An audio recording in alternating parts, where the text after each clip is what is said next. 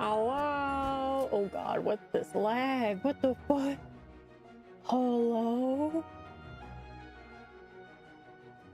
Oh, hold on. That helped? Please tell me that helps.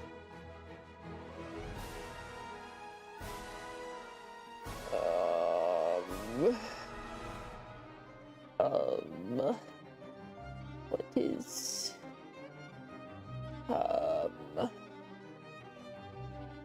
So that's not how... This is not... I want to start stream off. We're doing better now? Kinda. Not really. Let me switch models. See if that helps. It's usually doing Fox model when there's this much lag helps.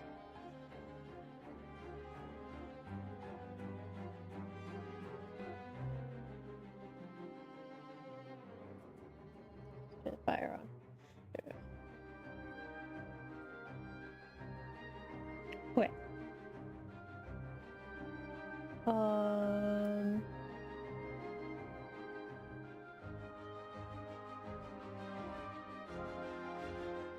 Hopefully that's fine.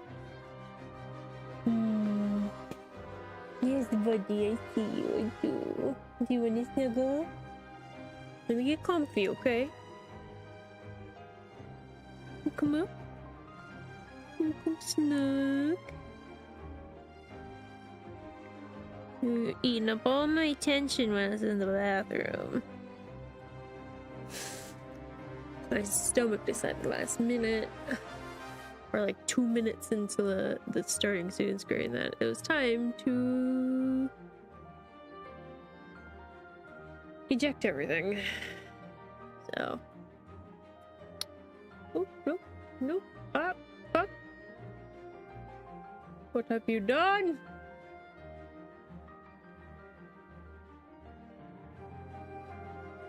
Here we go. Oh, that's okay. Should be fine.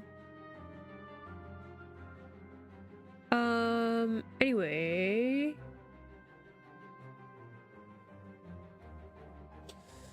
Hello, chat! How's it going? Yeah, okay. Just had to check. Just had to be sure.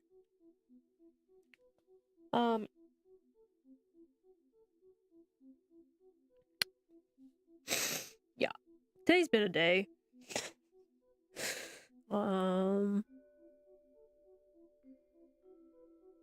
Quite complicated. I got pulled over earlier today. Thankfully, not given a ticket, just a warning. But I couldn't find my car registration. Thankfully, he was very nice about it. Because like my tags aren't expired, but I don't have the current registration in my car, I guess? I don't know. I couldn't find it anywhere. I couldn't find it in like my important documents or like the stacks of mail that I keep like stashed away. I found like the last application for it, but I didn't find the fucking like the actual sheet of registration or anything like that. So I don't know where it is. I might have to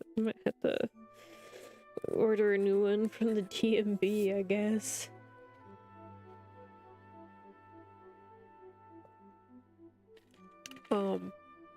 Yeah.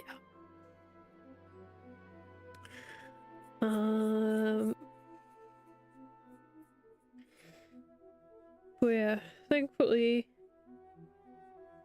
it was a very nice cop that I dealt with.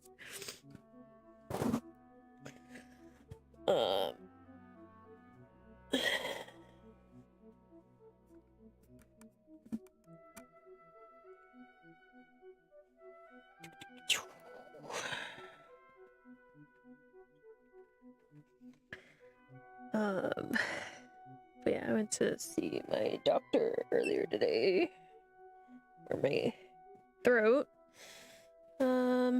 he's just trying to make sure nothing was getting worse before I went to speech therapy, and that I could still go to speech therapy. I told him about the whole ordeal that it was to try and get that situated. So hopefully when we get around to that, it goes okay.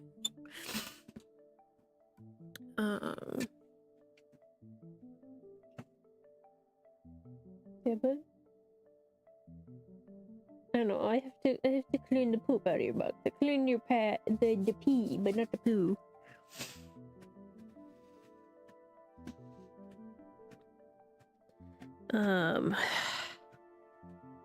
Anyway, let me finish trying to get this 3D model set up before I get into the book I want to talk about. Cause oh boy. Trying to figure out the best angle for this. I kind of wanted to do this shot from behind because I feel like the visual background will look a lot nicer if I do it from behind them. And having... I feel like if I do the body posture correct for Shuya, it won't be so his expression won't necessarily be needed, right?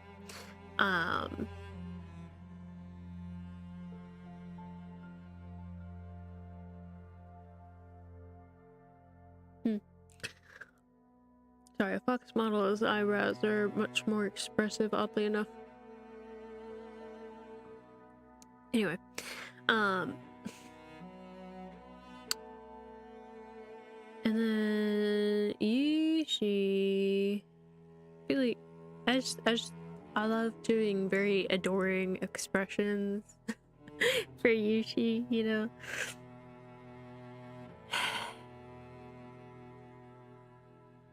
But I'm not 100% sure. Maybe I should work on a different chapter while I think about this.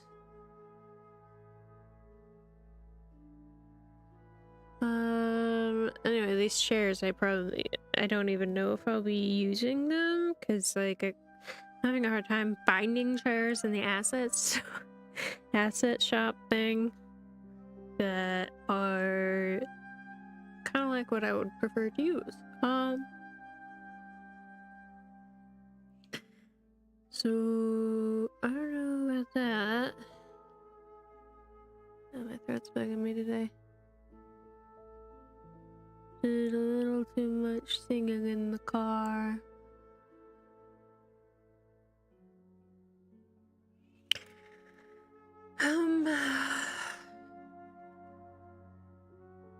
Hello, buddy. Got your little fish? Go play with your fish? Hi. Hey, you. You're so handsome. I'm so tired, dude. I woke up super early. And immediately my brain was right back to the book that I want to talk about here in a bit.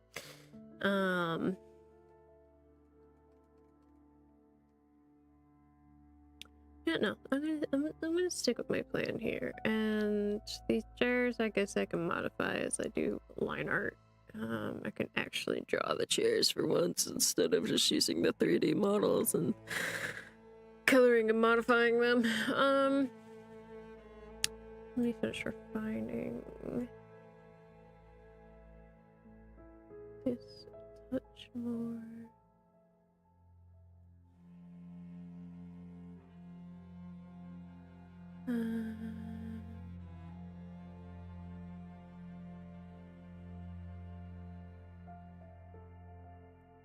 Yeah. Oh, yeah, you get that fish, bud.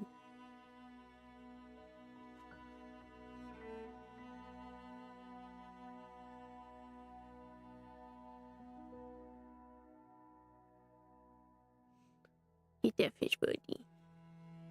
Get it, yeah. I'm glad you like at least one of the toys I got you.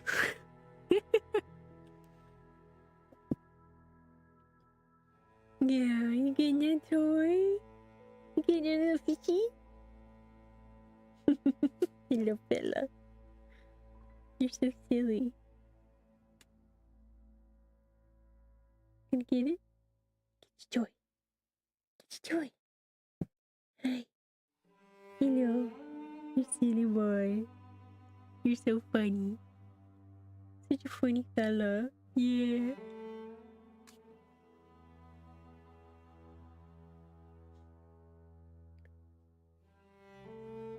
Yeah, an extra little lesson to doing the plastic now that I've at least gotten you the fishies. Still trying to find it sometimes, but not all the time. Huh. Yeah. What you doing? You okay being in here? I know you were loafing in the hall before I went to the bathroom. Wait, did I finish sending that to Discord? I meant to send that to Discord. There's a couple pictures of him loafing in the hallway. I think I got distracted by whatever conversations are going on right now.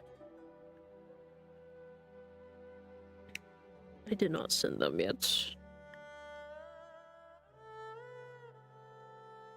Just loaf.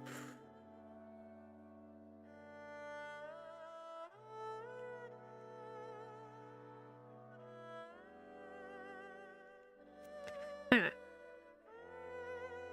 That is sent. But yeah, I ended up deciding to stream a little later today just because I had that appointment. It was around 10 and I did make it back in time for my normal time, but I wouldn't have really been able to do food as much, you know? So, but I did push it back a couple hours. And it also allowed me to work on trying to prep the 3D models for this art piece. So I probably would have been done if I didn't decide to read a few more chapters.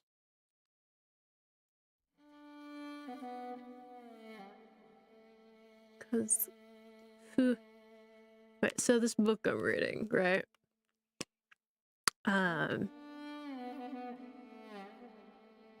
It's so originally I started looking for this book because I saw the manhwa for it on TikTok. I saw like a couple like panels of it or whatever, and I was like, ooh, that character pretty. I want to read. I was struggling to find anywhere to read the manhwa, and honestly, I'm glad I found a place to read the book version instead, because it is spicy as all hell, and the manhwa was definitely censoring that. Nothing like extreme, like it's just, you know, those tasteful censoring of like fucking glowy shit and all that, like across the screen, steam, blah blah blah, perfectly cut frames, all things like that. But the series is something else. So it's called Deshiro Merman. And or I think some instances the book is called Wallace Merman instead. Either way, it's the name of like the main character and whatnot. Because his name's I think his name's Wallace Deshiro or whatever.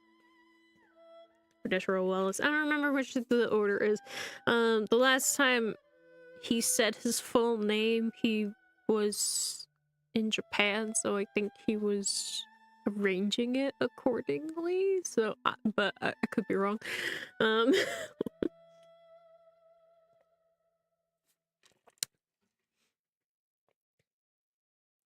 Anyway, when I started reading this, it's very much a, like, dark romance, kind of thing. Because if you're ever gonna read it, please read content warnings for it, because good God, there's so much. And not all of it is very morally correct, I'm just gonna say that.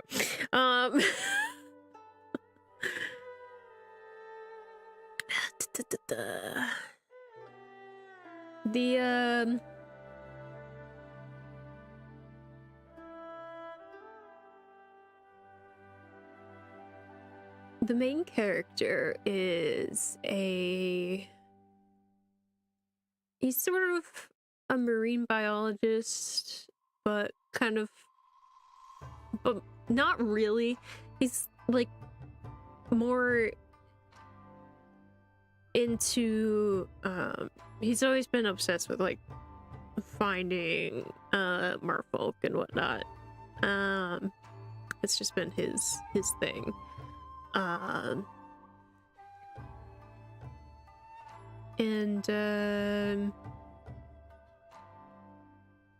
God, just remembering the fucking art I had seen of him on the manhwa. The reason why I had ended up not reading the manhwa is because I couldn't find a place where I didn't have to, like, pay for each subsequent chapter after the fact. After, like, the first, like, I think some of it was 3 chapters, some of it was 6 chapters in the different sites that I came across. But all of them wanted, you know, wanted you to pay per chapter, and gosh, I hate that that's a thing. It's one thing to do like a subscription-based system or whatever, but it's another thing to like charge per individual chapter, and that's, oh, bleh. That's why I don't have the contract for Fair Trade or Mysteria on web novel, because I know that's what they do there.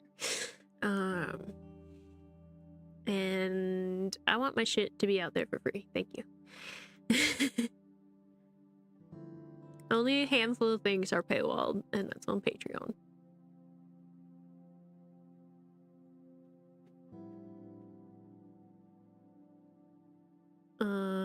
But if you end up buying the book, you get everything anyways, even the spicy shit that I'm still working on. I'm sorry.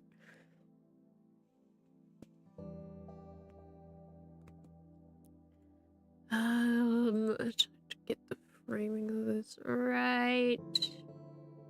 Anyway, so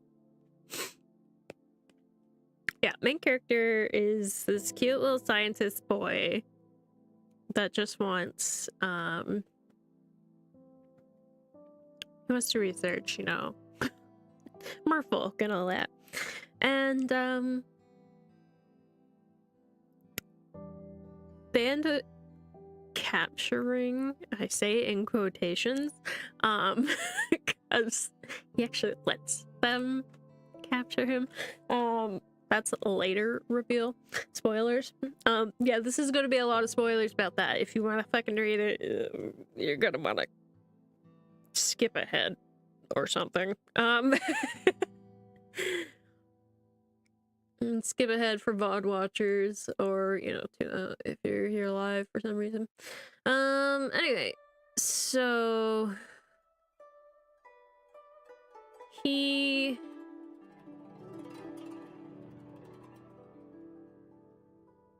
end up capturing Pretty Merman.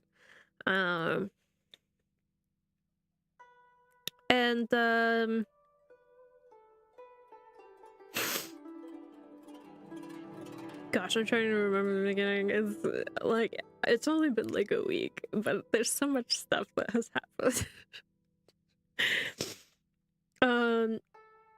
So he's captured, he's being held on this ship that they're utilizing. And then this kid gets swept up in such like a crazy like government conspiracy to start with, and it just keeps snowballing from there. And I say kid, but he is like 21. And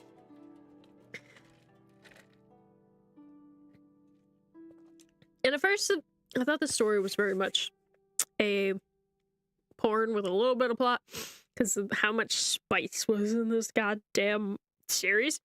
But as it kept going, the plot is massive, dude. Oh my god. But honestly though, like, I swear to god, it's like they can't go like 5 chapters max without having some sort of spice. And it's not like badly timed or anything. The spice happens during certain lulls in between like the major plot points, so it's not terrible. It's just excessive. Cause Merman is very horny all the time for our main character, but I'm here for it, honestly.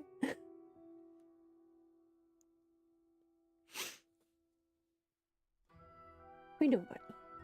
Hello. I saw you thinking at the door. Do you want to go back out in the hall? I guess I could let you out, but the car's getting up again.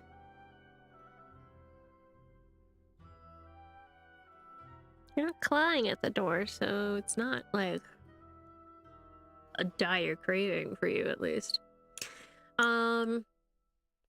Oh yeah. The plot of this story, like the actual plot, not the spicy plot,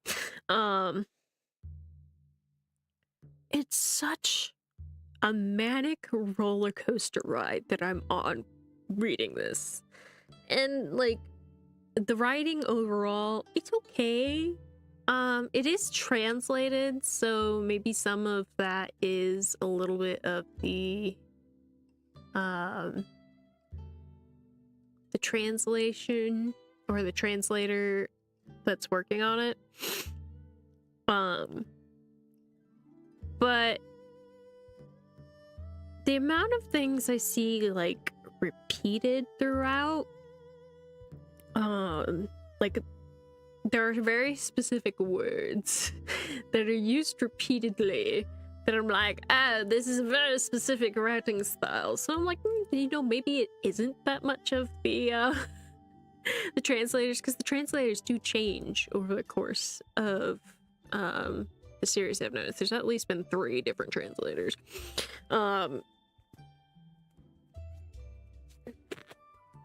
For the place that I'm reading it at. So I'm like, you know, like I'm very guilty of using certain words repeatedly. There's some instances where I'm like, bruh, you can phrase this totally differently. Stop using the same goddamn word every 2 chapters.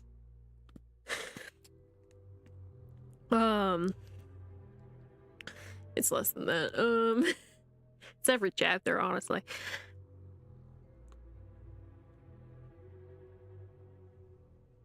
Hey, little fella.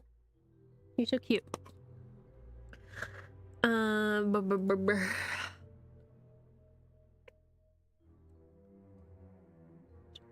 we on pen? We are? Okay. We get the line.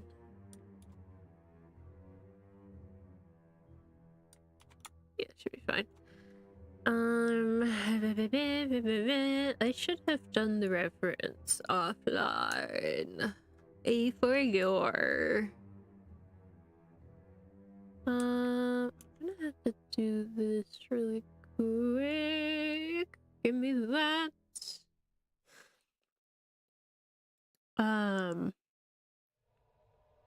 Anyway, so as I said, main character Deshiro, he gets pulled into so much shit over the course of the story. And he doesn't handle it very well. I'm just gonna say that.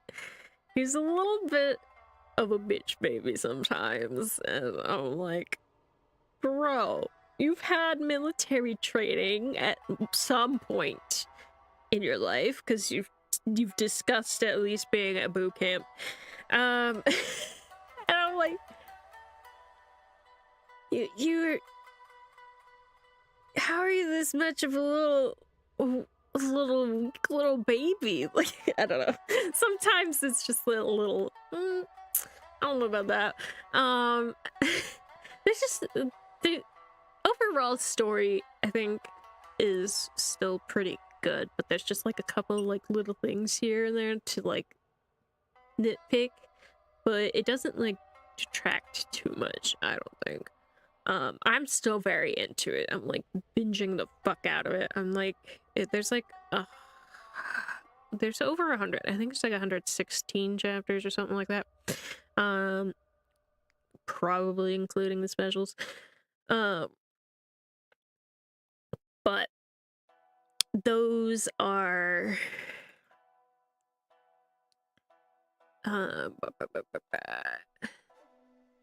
sorry, trying to find the folder I need.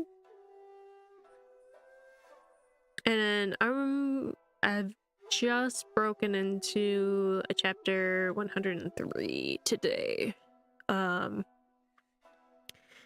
It was really funny. I posted I was gonna read it while waiting in the lobby for the doctor's office, and the very top there was a note that was like, this chat is like content warning, gore, and ends with a big cliffhanger.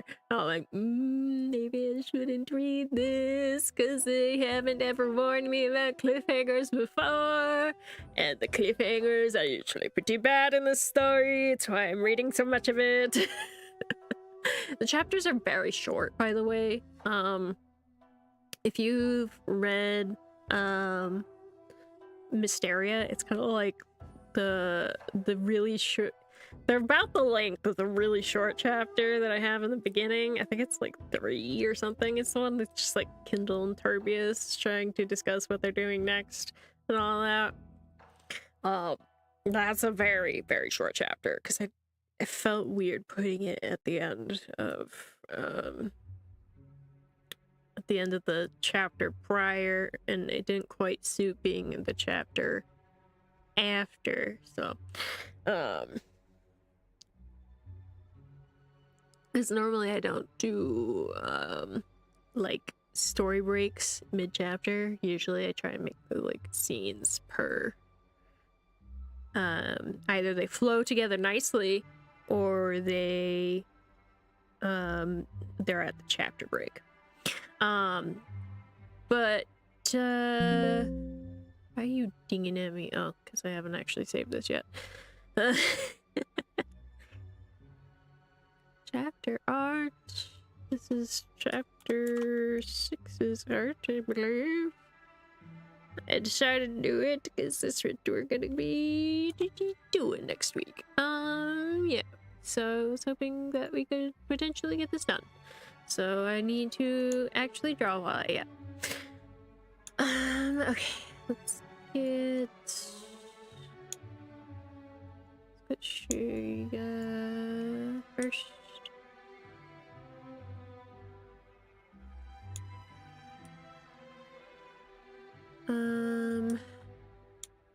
Anyway, so in this book, there's this one motherfucker that just never dies, and he really should have. So long ago. He's there from the very beginning, and he's like constantly like harassing our main character. He was like his mentor at first, and then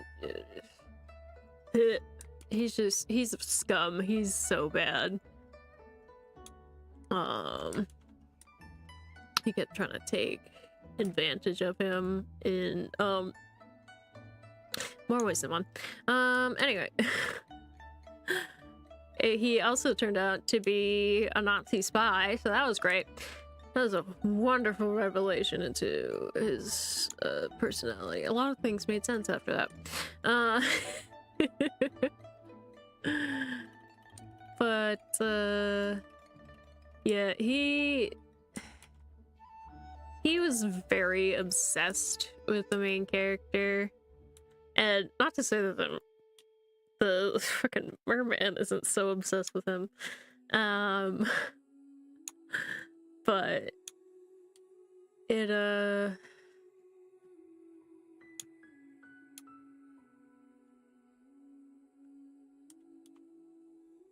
I baffled myself for a second. Ooh, he's got the zoomies. You zooming, bud? You zooming? Hi. You feeling silly? You got post poop zoomies? Hmm? Yeah. How you doing? You silly boy. You're so cute.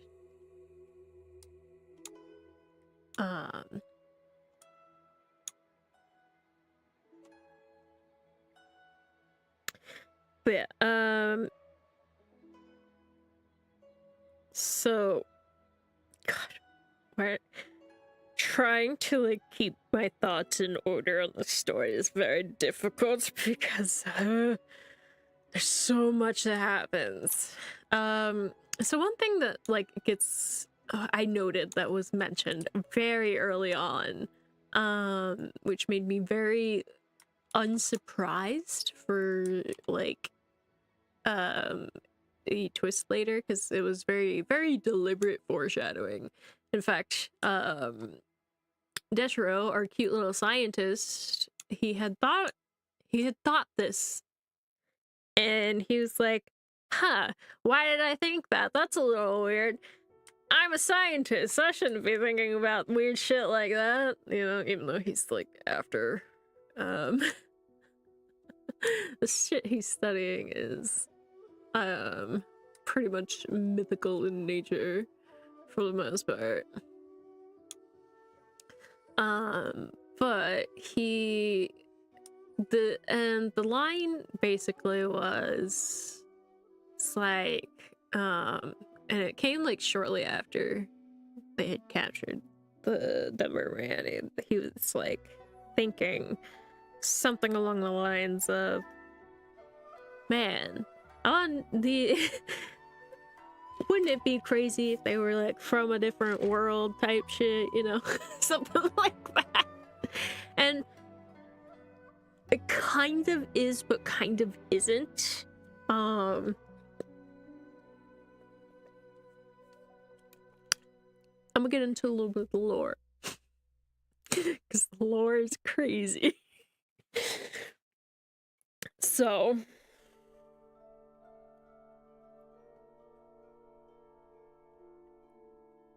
gosh, just thinking about it is like, because I'm getting into a very beefy lore bit right now. But the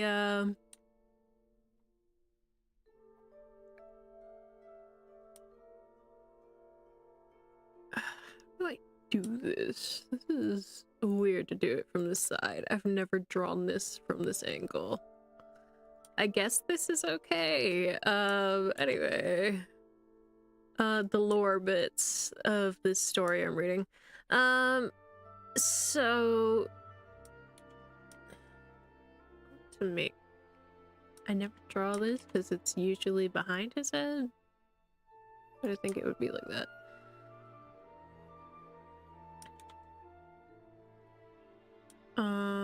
Anyway,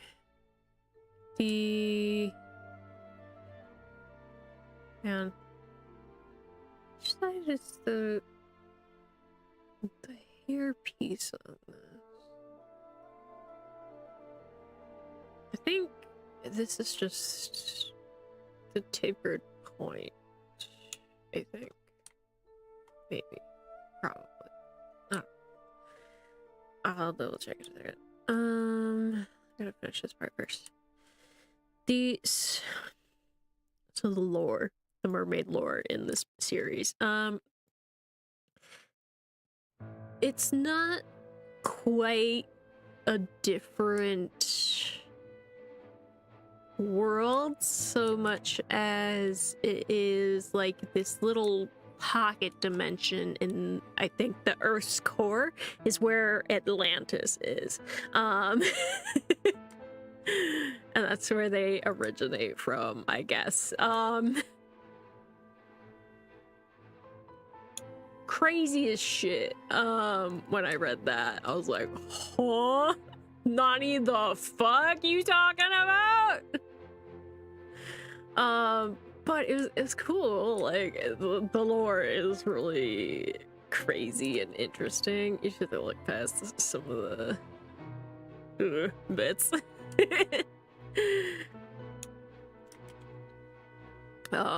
But this,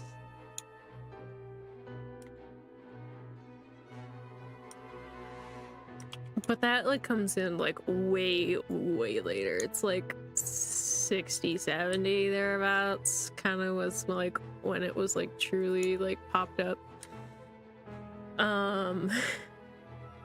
like fully revealed and whatnot. So the merman that's very obsessed with Deshiro, it ends up being revealed at some point that he's like the leader of the merfolk and whatnot. And there's like, honestly, I'm not all that surprised. He's crazy overpowered, TBH. But in a good way, like, well, sometimes maybe not so good, but I'm not gonna get into the semantics of that. That's just something you're gonna have to like experience yourself if you're ever gonna like read it, because it's subjects I don't want to talk about on stream, because like I said, this is a dark romance series and it is very dark, because the main character is very resistant at first to a lot of just about everything, which he has every right to be. You know, he's had to deal with a lot over the course of the story.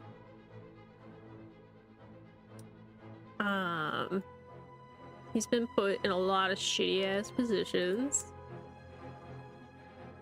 But again, I think at some point he should have had his moment of like growing up, I guess, because like he's had so many times where it's been so bad for him and he just like never quite got that development until the like most recent chapters I've read. She's like in the 90s thereabouts. I'm like, this is so far down the line for this type of, you know, progress in his character, dude. And there's just like some instances where he like flips all of a sudden. Like, he's going along with it. He's like, okay, yeah, no, this is cool. And then it just, at some point, he's just like, nope, panic, abort. I'm like, bruh. Like, I get doing... Humans are full of contradictions. And, you know, when faced with all kinds of, like, crazy shit that this character goes through, it's understandable to some degree. But as far as a fictional standpoint, it gets kind of annoying after a while, I'm not gonna lie. I don't know if this looks okay. This kind of looks a little janky, I'm not gonna lie. But I think it's okay. I can fiddle with it. In which hairpin? Facing me. Yeah, this would be the point. Facing. When he faces me, this one is on my left. So in this instance. So it would be his right, which means it would be on this side. Therefore, this side is just the silly little extra bit here. Should find the right angle to do this. Is that okay?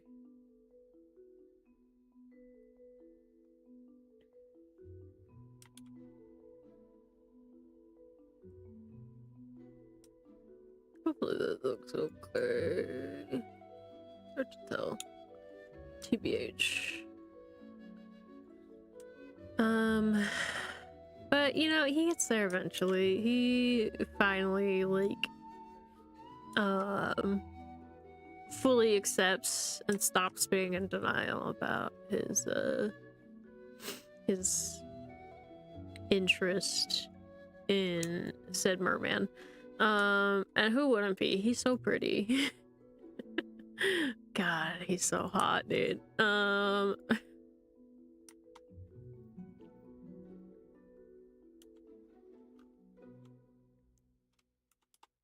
But a lot of Deshiro's backstory is crazy. And he forgot most of this shit. To be fair, he did have a little bit of, you know, mental trauma and all that.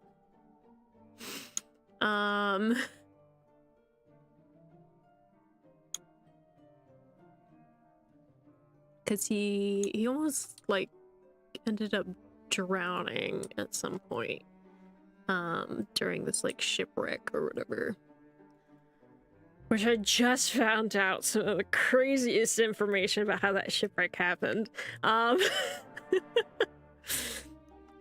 So the merman Agrius,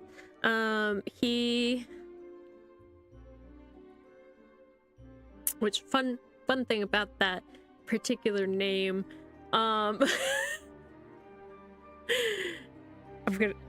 have to, how do I put this? So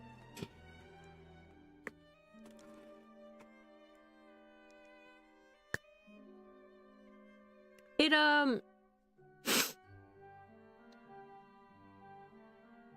believe in the merfolk language, it's never truly 100% specified the exact meaning of it.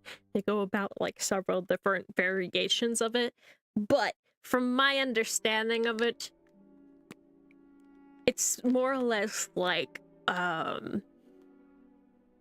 in the merfolk language, Agarius means like it's like mate or whatever, essentially, or mating. So, but that's like one that's for when they first catch him, he's kind of like stuck. He's kind of like in his mating cycle, more or less, and that's all the spice in the beginning, but he ends up saying that multiple times to Deshiro, and so Deshiro initially kind of like misunderstands it for being his name, but and what's crazy is after he eventually acquires the ability to understand the merfolk language properly. Very complicated. I'll get to that later. he doesn't like ask until so late in the story, like even like chapters upon chapters after he's like actually starting to understand this language. He doesn't like ask his proper name until like way later, and he doesn't give it anyway because it's supposedly like an activation code for the like nest or whatever back in Atlantis. So they're just like not allowed to say it. Yeah. So he doesn't tell him. Hoping to cover that later, but whatever. There's still some chapters left. They're getting to the point where they actually are going there finally. So,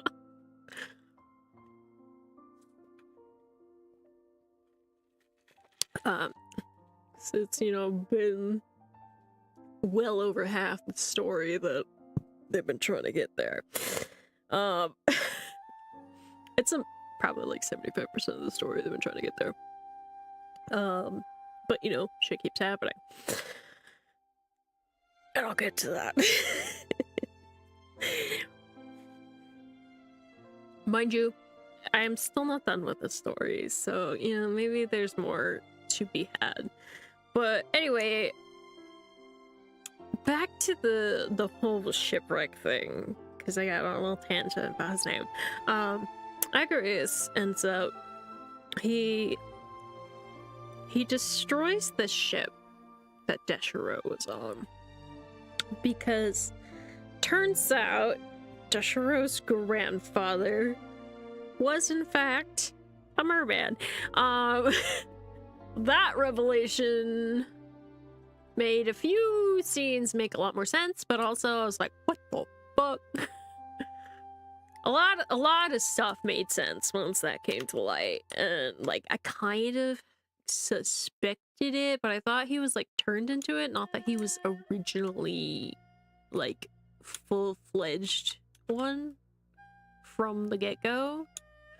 And I swear sometimes it feels like certain parts of the story just come out of nowhere, but I'm pretty sure this whole story is planned from start to finish, but I feel like this feels like such a story that was, done by somebody who writes as a, who writes like me, writes as a pantser. Because there's planners and pantsers.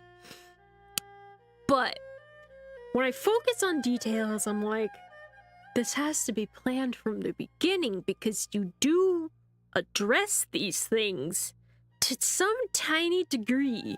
You very barely hint at them, so they're not entirely coming out of nowhere, but sometimes it feels like it. I feel like they could have done better to like build up to some of these revelations over the course of the story.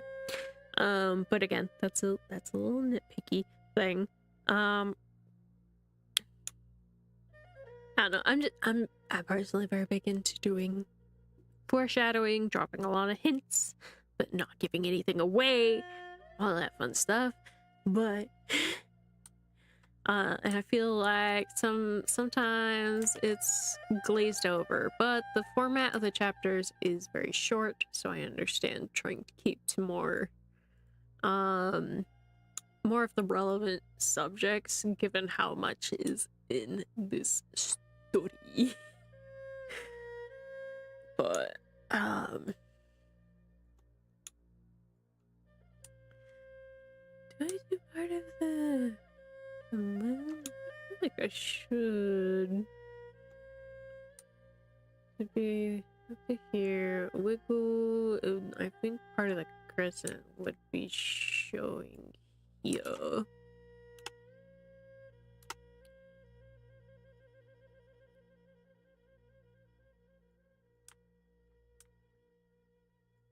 A little bit. Just touch. Just smidge.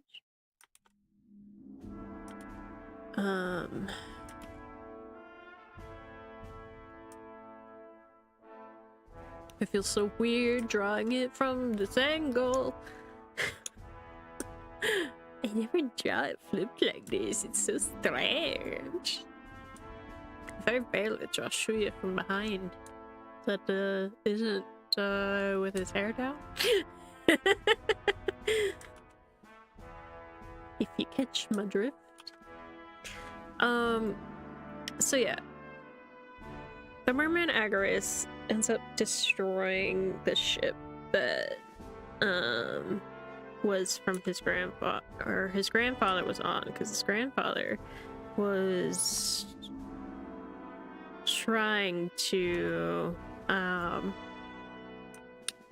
more or less try and build power to kind of rebel against Agaris, which was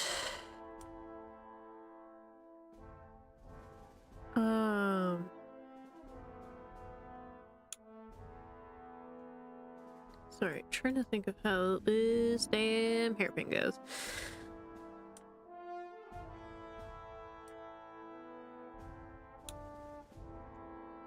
And I was like, I was fucking flabbergasted by this. Oh my god. So like from the very beginning, like Deshiro's grandfather was in some ways like using him. And so like, and Deshiro has like such throughout the course of the story, he gets used by multiple people for certain reasons, for research, for, you know, trying to get at Agrius and everything. I feel like this is too long, but at the same time it's not, so I don't know.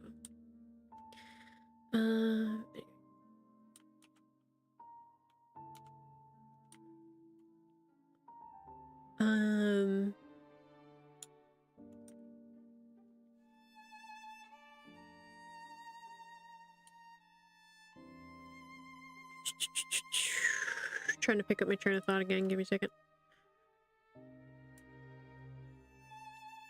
But yeah, so he's been used multiple times throughout the story and all that. So like learning that his grandfather, which he always thought was, you know, like the sweetest and kindest to him in all of his family, but he ended up being like even scummier than some of the people that have used him in the past. So just saying something, because oh boy, fucking Ryan, oh my god, I fucking hate Ryan so much, dude. I hated him from the start and never stopped hating him, and it just, he should have died way sooner. There have been so many times where specifically Agrius should have killed him. I'm just saying. And then like there was the one time where, well, there's been a couple times where Deshiro like had the opportunity to kill him and then hadn't, and I'm like, bruh, come on, he's fucked you over so many times. He's wiped out, like, so Ryan has like, he's so bad.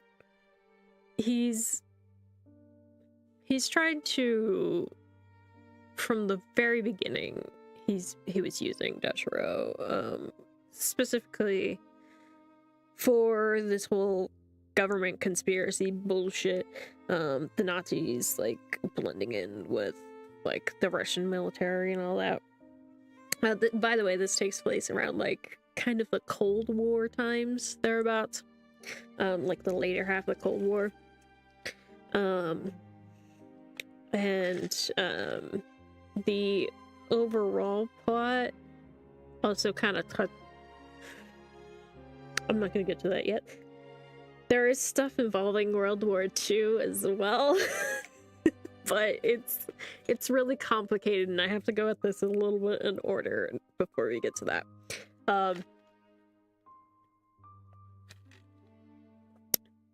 But yeah, a lot of this takes place during the Cold War.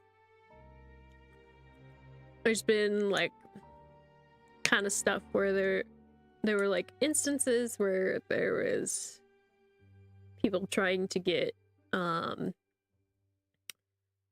to escalate said Cold War and all that. And then it ended up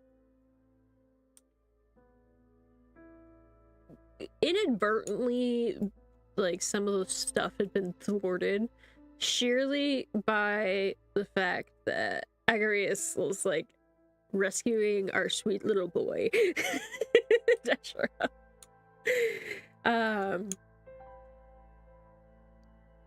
Which, you know, works out. But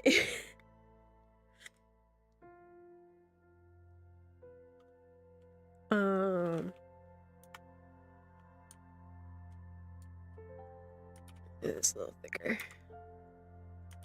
A little thicker.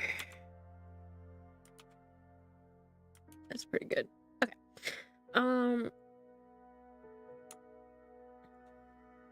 Anyway, Ryan is absolute scum, and there are so many times, so many instances from the get-go that I'm honestly surprised that Agarius did not kill him for touching his sweet little mate.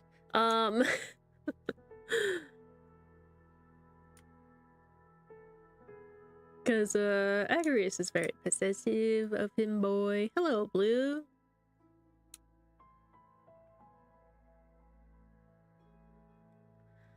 Yeah, I'm doing pretty okay today, so.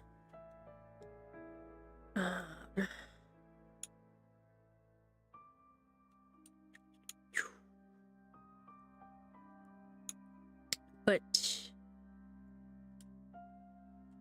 how do I rearrange this?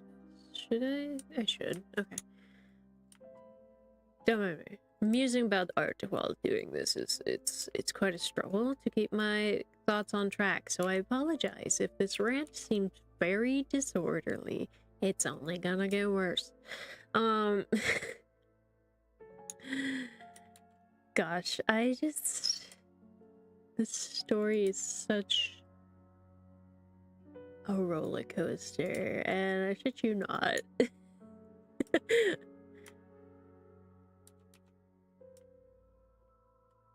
I fucking hate drawing ears from behind. It's the worst. On GOG.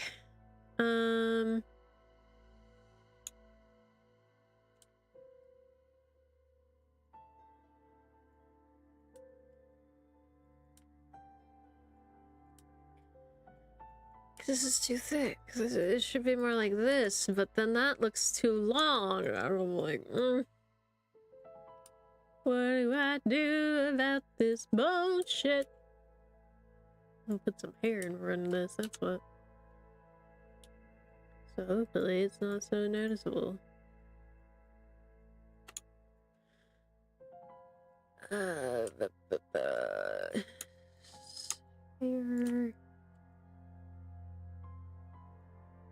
Do wrap down and around like this though.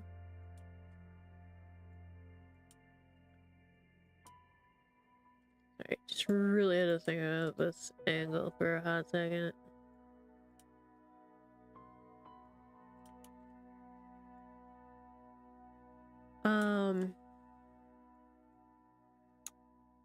Okay, I was talking about Ryan, even though I don't want to. He's like he's so scummy, and you get it right from the very get-go, from the very first bit, you know. He's like,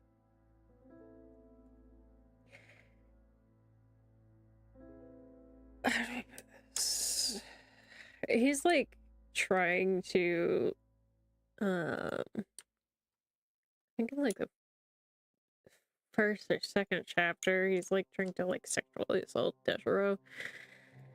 And it was just like, you scummy little bastard.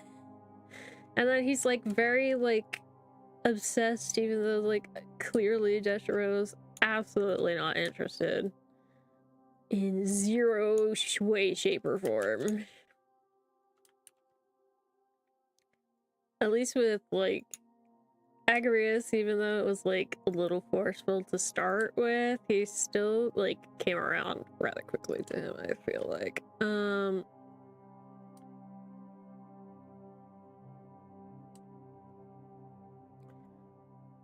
But God, so he's just like that one character that just won't die. He's a fucking cockroach, I swear to God.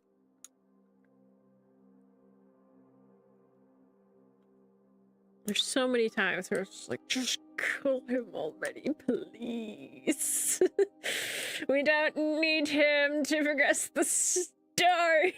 And that's kind of something I was like considering throughout this. I was like, there are instances where you kind of just have to let a bad guy go. You can't always have them from the beginning to end, even if you want them to. And he's not end all be all villain either. He's always kind of a henchman to some of the other people he works with, and those people are changing constantly. I swear. But he ends up being the one that persists through it all. So when he was finally killed in some of the recent chapters, I was like, fuck yeah! Bitch got what was coming to him. Unfortunately, it came at a great cost. But yeah, he fucking deserved that shit. He needed to die.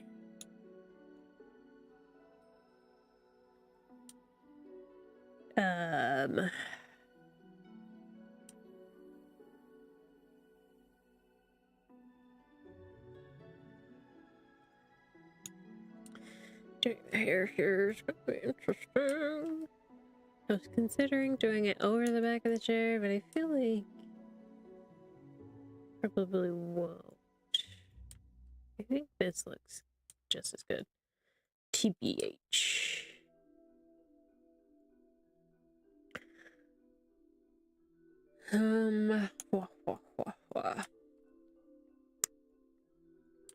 So anyway, back to the overall plot. So that, you know, a lot of this like makes more sense and all that.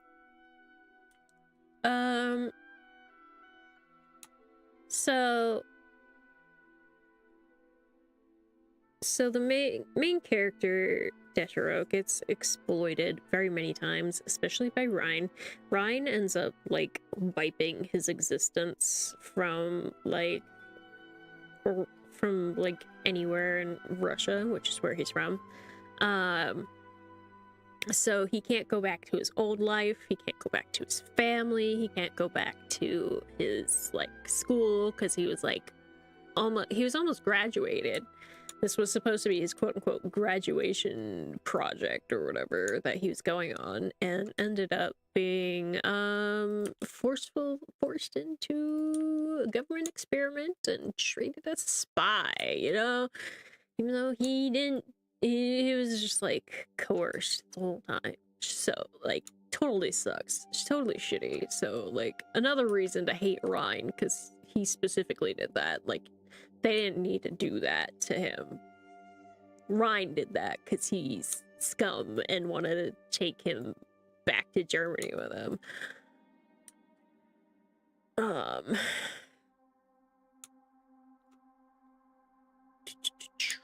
need to pull up that the next chapter's art because I need to see the outfit. Because it's the same outfit and I haven't drawn it on the reference yet. How about the beep? どこですか?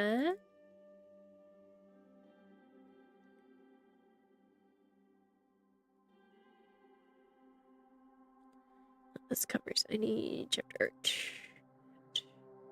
Give me number 7. Number 7. 7. Show me 7. Right. Cut this up. Pull it onto this monitor over here so I can see it nice and big.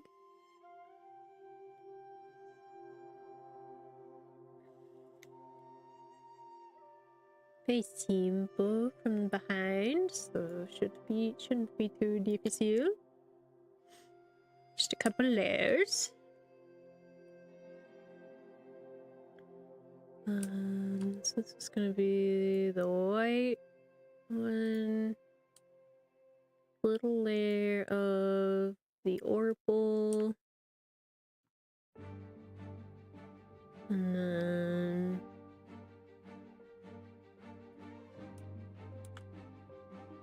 think of that and that.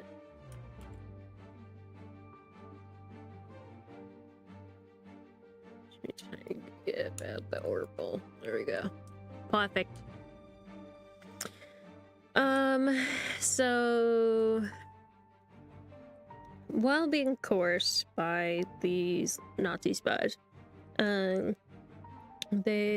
ends up like being more or less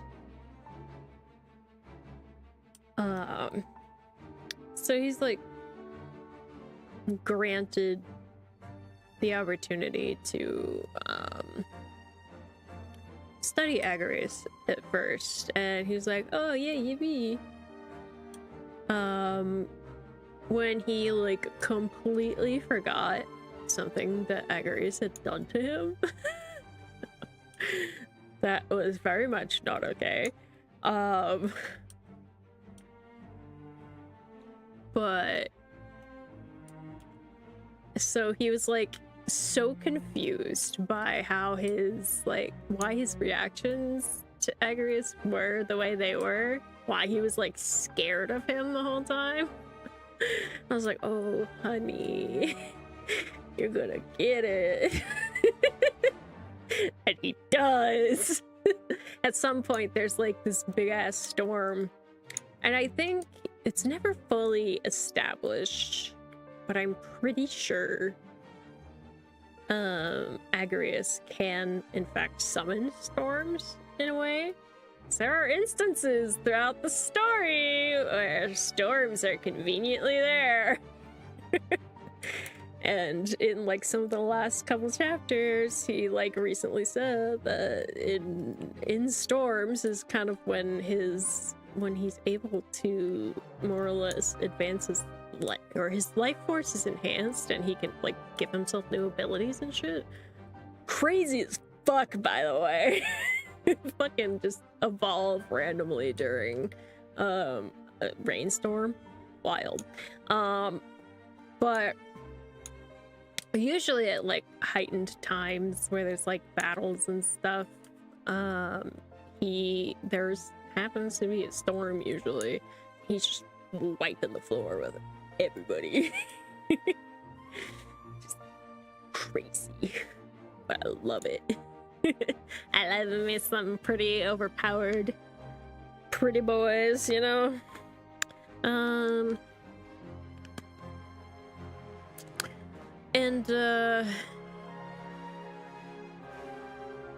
So anyway, there's we talked about one of the early storms.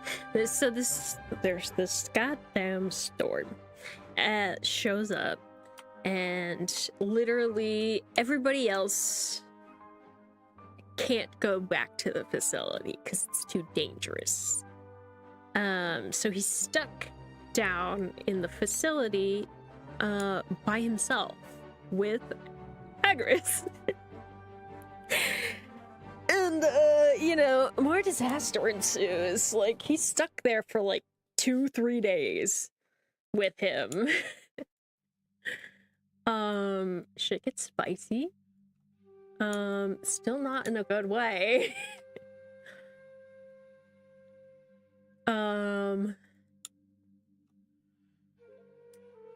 But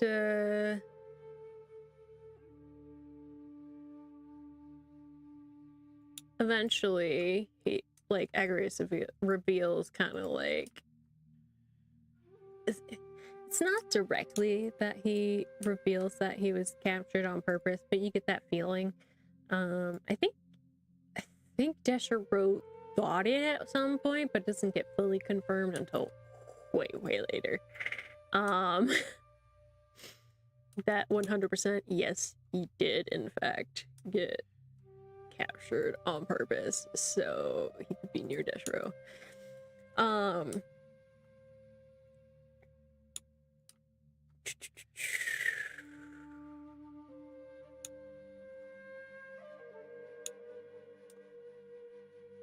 Trying to think of the early stuff, because there's been so much crazy stuff lately that I'm like, what happened at the beginning? I forgot.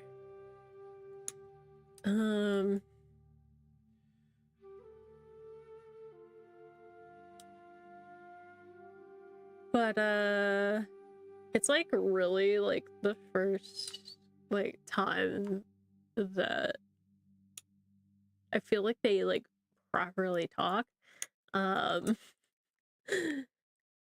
Agrius finally like mellows out his horny just a tiny bit, just enough, you know,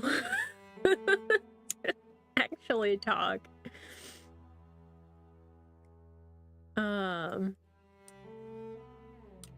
But you know, usually their way of communicating is very like broken in the beginning because Deshiro doesn't quite understand merfolk language yet. He hasn't quite unlocked that part of him yet, because you know, descendants of also mermaid at some point along the way.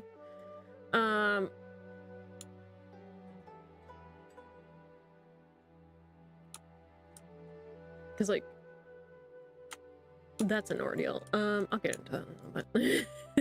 I'll go back to the whole play about his fucking grandfather and shit more in a minute. In probably an hour. Good at the rate that I'm going. So you know, some of the early stuff seems very mild in comparison to the later shit. I'm not gonna lie. Cause good god, this story, it's an experience. So the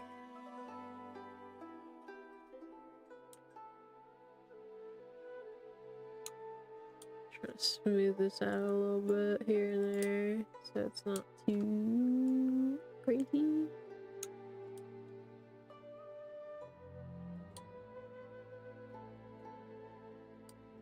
And maybe it looks a teeny bit different.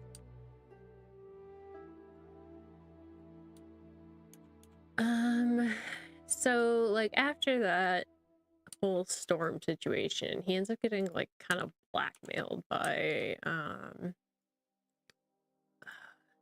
what's her name? Her name is, I think, Sakura, if I remember right. It's been a while since she showed up. Cause she like disappeared at some point, but we'll get there. Pretty sure she died, but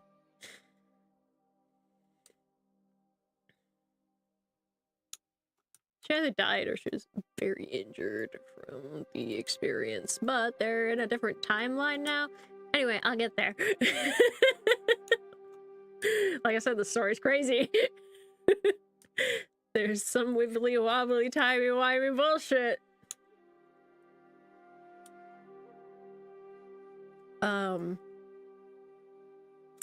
But yeah, he ends up getting like blackmailed by Sakharov, who's like Ryan's boss at the time. She has like his whole like interactions with Agrius on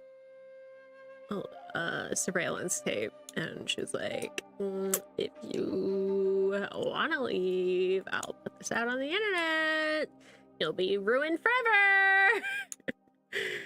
He's like, fuck. You know. And like originally he was actually just gonna say fuck it and leave, but he ended up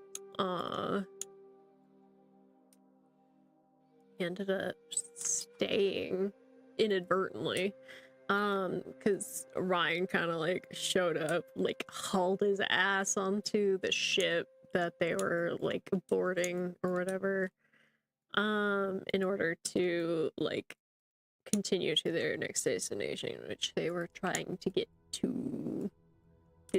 There's an island out there that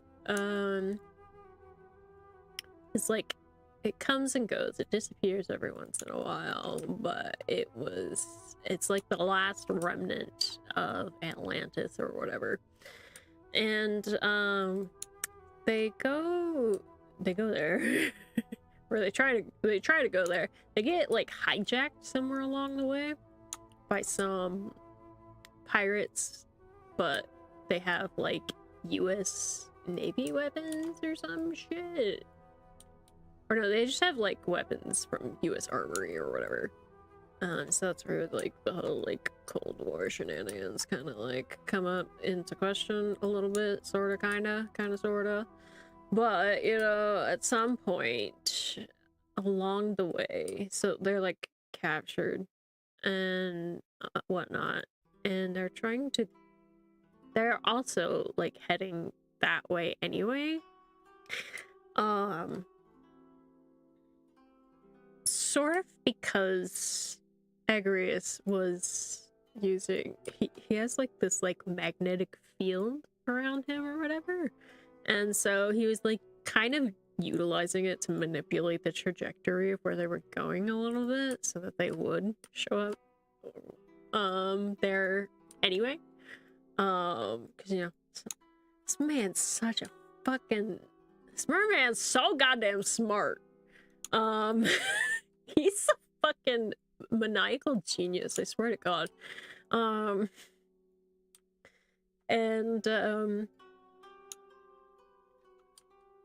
But he's like, he and Deshro end up like trapped in like the hold of this ship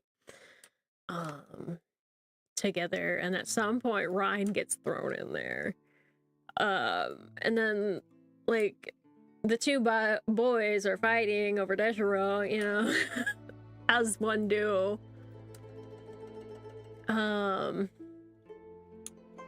And Deshro is like, no, I'm yours, to Agrius. It was more to try and save Ryan, which you probably shouldn't have, but, you know, whatever. After, like, this was like directly after he revealed that he ruined his life. He couldn't go back to like Russia or anything like that after this. I was like, really? You're not gonna let this crazy like hot murder man just like kill like the one guy that you probably want dead anyway? But, you know, to each their own, I guess. But to be fair, he was like, oh no, we need him to escape this. We gotta work together. I'm like, I guess, but you know, you really didn't need him. Iris is more than capable on his own. Just saying.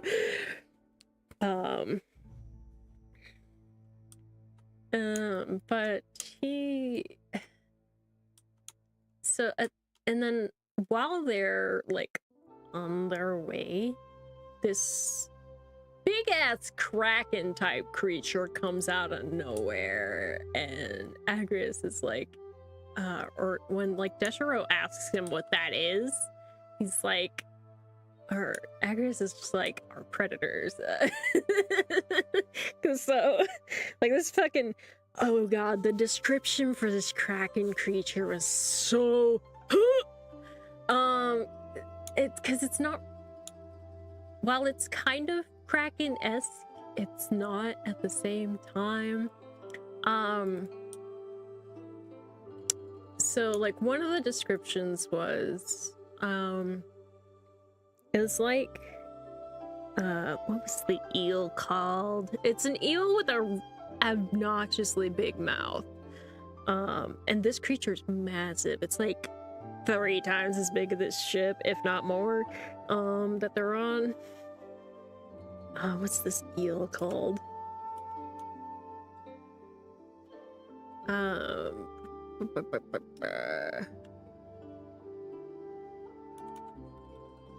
was hoping it would show up in my recent search history because I looked it up to be sure what it was.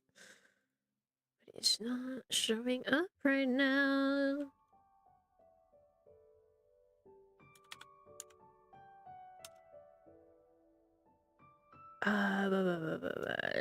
God.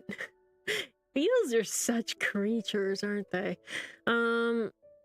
Where's the one with the stupid big ass mouth? But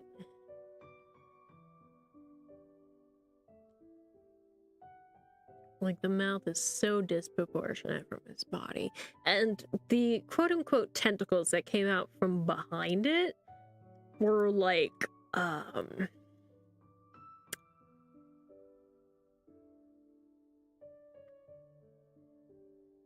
is it lampreys? No.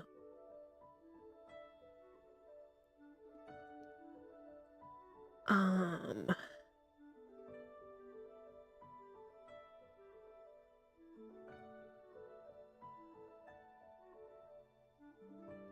don't know, it's whatever like Electros is like based off of, one of those things.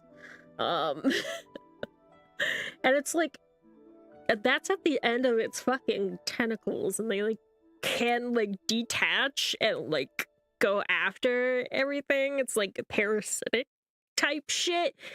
It's very scary and it's really big. I was like, okay.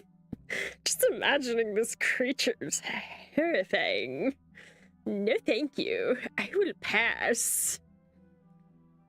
I'm trying to find this eel. Oh, you weird ass creature.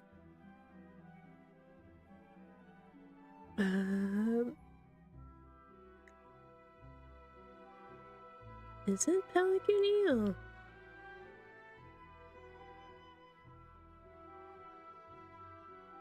I don't know if that's what it was, but that is similar to the creature I was looking at. So if there's another eel out there that's similar to the pelican eel, in case you're wondering, let me open an image and new tab. You know, kind of like this. Creepy as fuck. Mouth way too big for its body. But instead of a tail, it has like a bunch of fucking like weird ass, like lamprey ass tentacles, I guess. I don't know.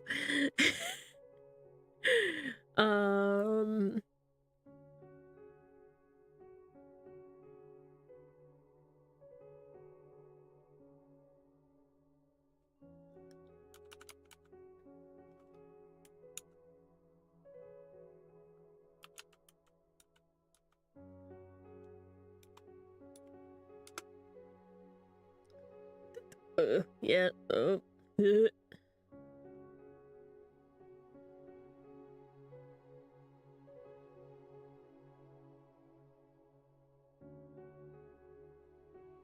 Thanks, I hate that.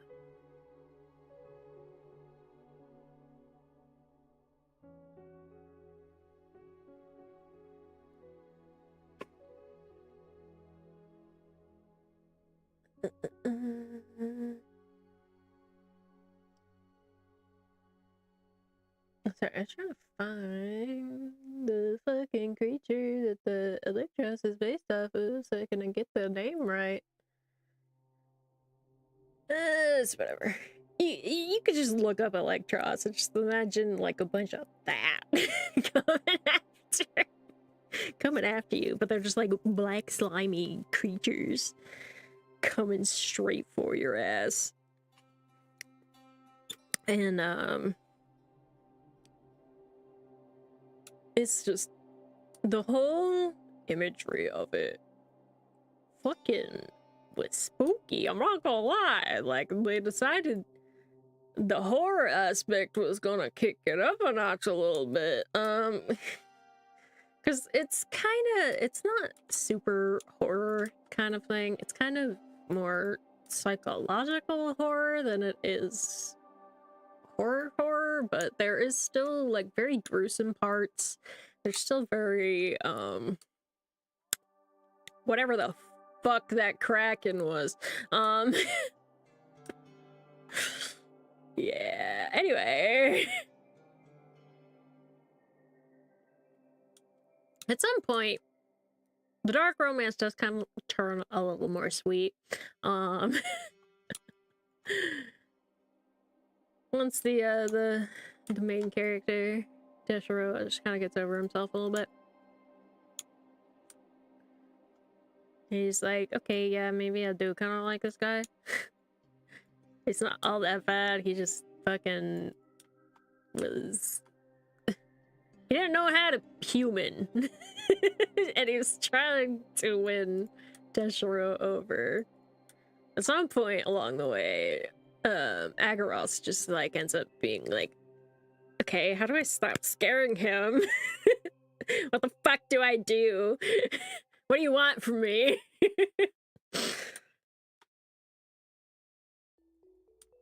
Because I think at some point, Deshiro like asks Agrias what he wants from him, and then like Agrias just kind of like turns the question onto him as well.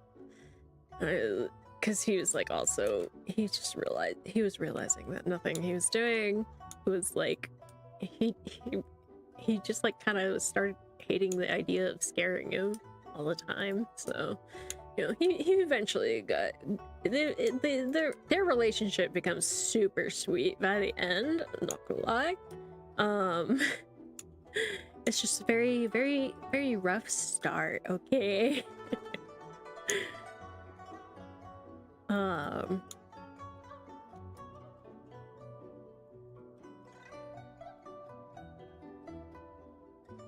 But honestly, if a man ever treats you like that IRL to start with, fuck that guy. The end. Anyway.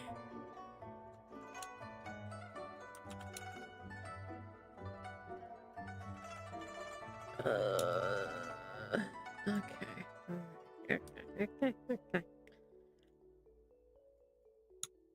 Chair. Complicated chair.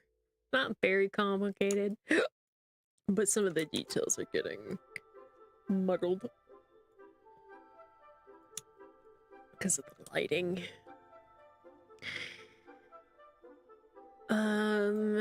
So yeah, they deal with that. Agrias fucking kills that shit. Not without injury, mind you. He ends up like getting hurt a little bit along the way. But at some point he has to like fucking rescue Deshiro from the like other like merfolk that are in the area. Cause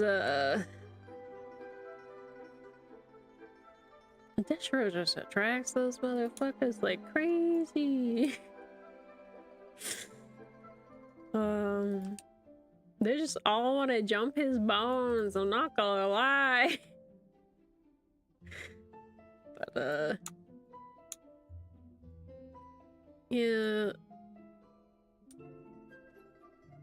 Trying to remember what happens kind of in between after that.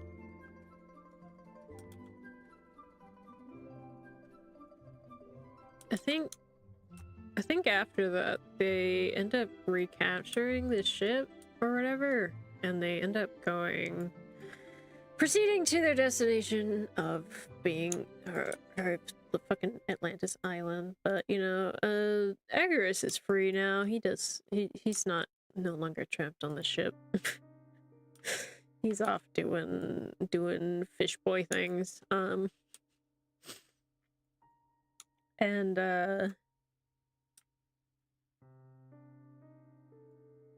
They finally make it to the damn island, and they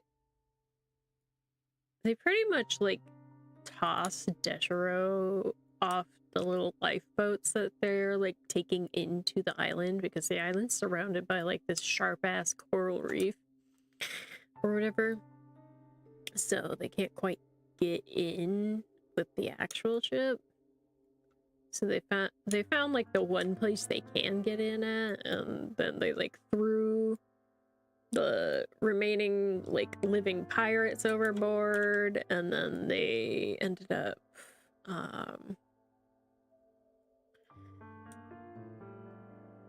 they what am I thinking of? They also ended up throwing Deshiro overboard because at some point the same like merman that had attacked him while like shortly after the whole like Kraken bullshit, he was like charging at them, and they were like, nah, toss him off. Get this bitch out of here. Because god, Sakura's such a bitch. She's a ruthless bitch. She's like, I'm willing to sacrifice anybody. And she sure fucking was. And she was trying to get Ryan to throw him off, but Ryan was like, but he's useful. I want him to stay. Because he's still fucking obsessed. Despite what he's heard and witnessed with Agris, but whatever. He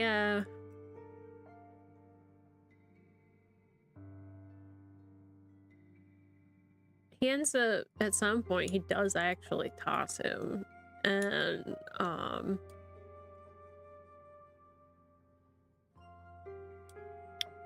he absolutely fucking regrets it later, because when they run into him later, he's like,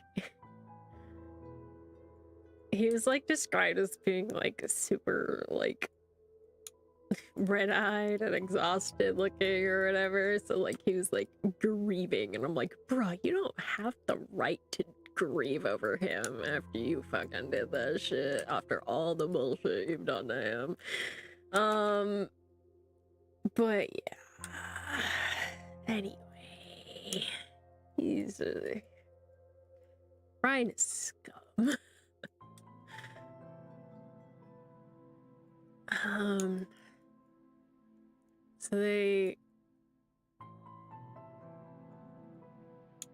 So since he was like tossed at some point, Agris like kind of shows up and like is trying to protect him, but this like other merman was like trying to like kind of use Deshiro as bait, more or less, to try and like fuck him up, try take over, sort of, kinda. Didn't last very long, because at some point Deshiro managed to escape, and then while they were fighting, some of his like previous classmates happened to be there or whatever, because this other scientist that was with them at the at the center that they were like researching Agrias at first. That scientist was also like a previous teacher of Deshiro's. He, after what he experienced, because he kind of got fucked over too, a little bit, kind of, sort of, he ended up leaving though, before they left, for this island. And, he managed to get, you know, some of his colleagues, some of his students to go with him to this island to try and beat them there, essentially. And dealing with the pirates and that goddamn Kraken, they definitely beat them there. But they didn't know exactly what Sakura was after.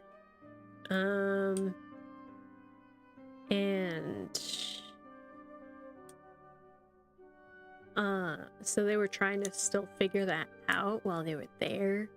But they happened to be in the area and they managed to like grab Deshiro up from this like little ledge or whatever that they were nearby. And they saved his ass from the fucking frenzy of merfolk fighting. God knows a little shrimp would get like fucking eated real fast. And then like while he's like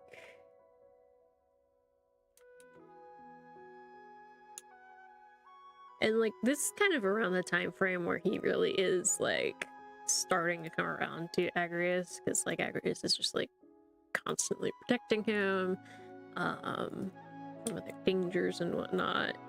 But you know, he's just like freaking out all the time because you know he's a silly little human. Silly little human that's always panicked all the time for no reason.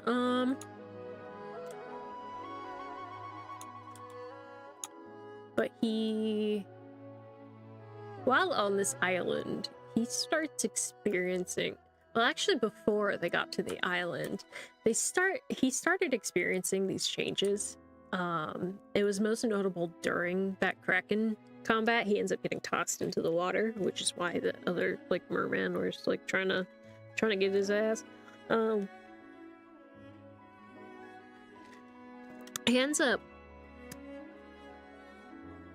He makes like note that he's like swimming like way faster and whatnot, and at some point I think he's like, he briefly, like in the morning following or whatever, he like holds his hand out to the sun and he sees like webbing between his fingers or whatever, but like once he like kind of like refocused, it was gone.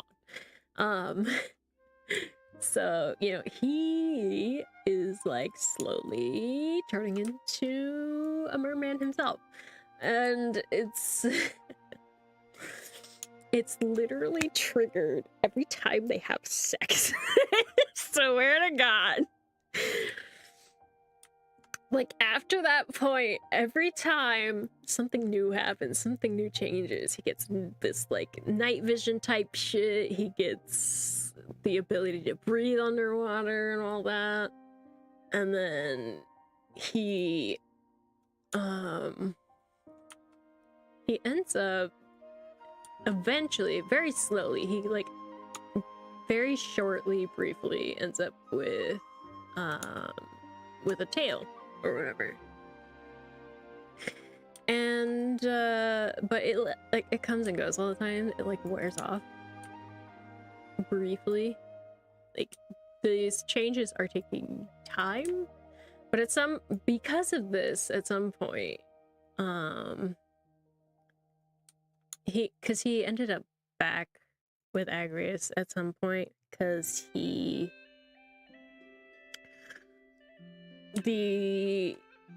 place they were at, they got the people he was with, they all got attacked by Sakura and Ryan and all that. And they actually shot Deshiro in the chest, specifically Sakura did. But fortunately, I don't think I've mentioned this yet because it wasn't super relevant. Agrius's saliva can essentially heal. Like merfolk saliva in general can do that. Because eventually, like, Deshiro also acquires that as an ability. And heals him boy up.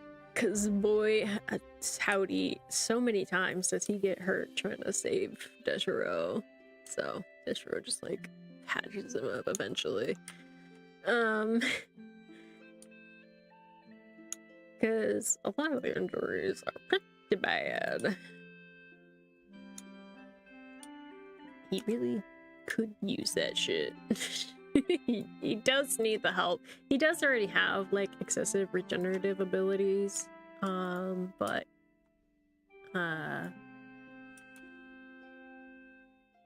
it definitely, there are some wounds he gets later where it's like his regenerative abilities are slowed or not working properly, so Deshiro helps him out with that specifically too. And then, so he ends up being told specifically that he is in fact changing or whatever. Deshiro just panics. He's like, I'm being mutated. Every time this guy bugs me, I'm like, I gotta get out of here. He fucking bails.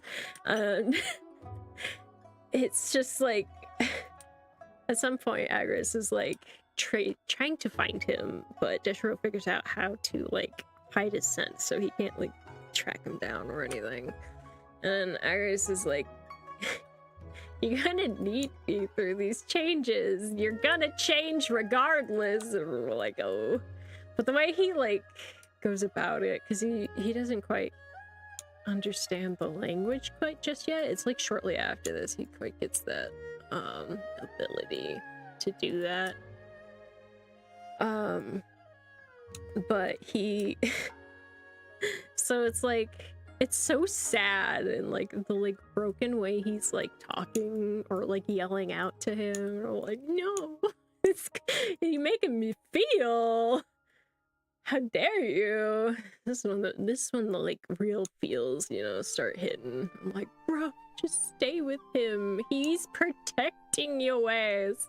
So what if you change into a merman? There's only like bonuses in my eyes. You got nothing to go back to.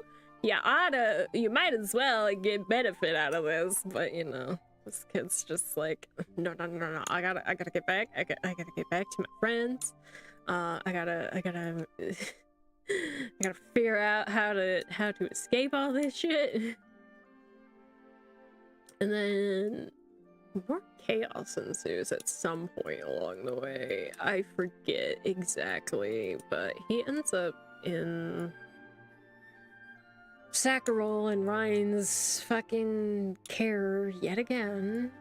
Fucking idiot that he is. And is like blackmailed with his friends' lives in order to, you know, do what they ask.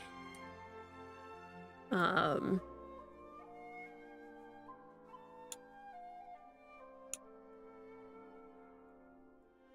I think at that point they had also recaptured Agrius at some point, because he got captured during the time while he was like looking for Deshiro, and Deshiro was like, I felt so fucking guilty for this, but and he like, so he like tries to deal with it.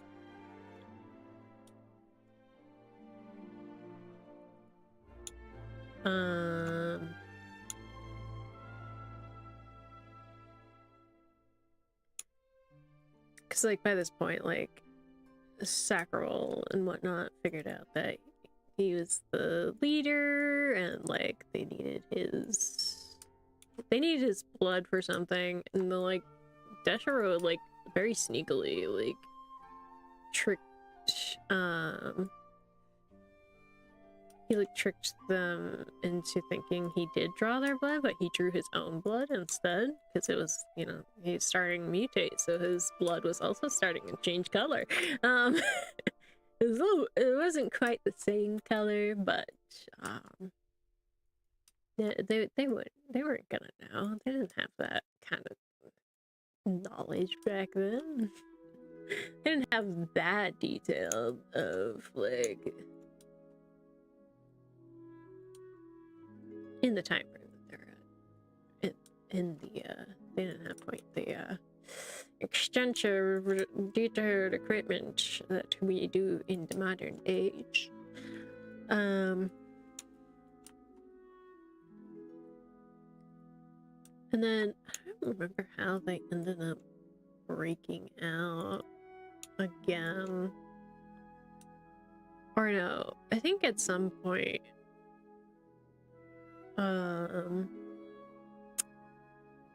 and like this section gets super like emotional, because at some point like Ryan takes him away, like after that initial encounter or whatever, and like Adeshiro's like kind of like sort of yelling at Ryan about how he's been like, he's being used even by Agris and all that fun shit.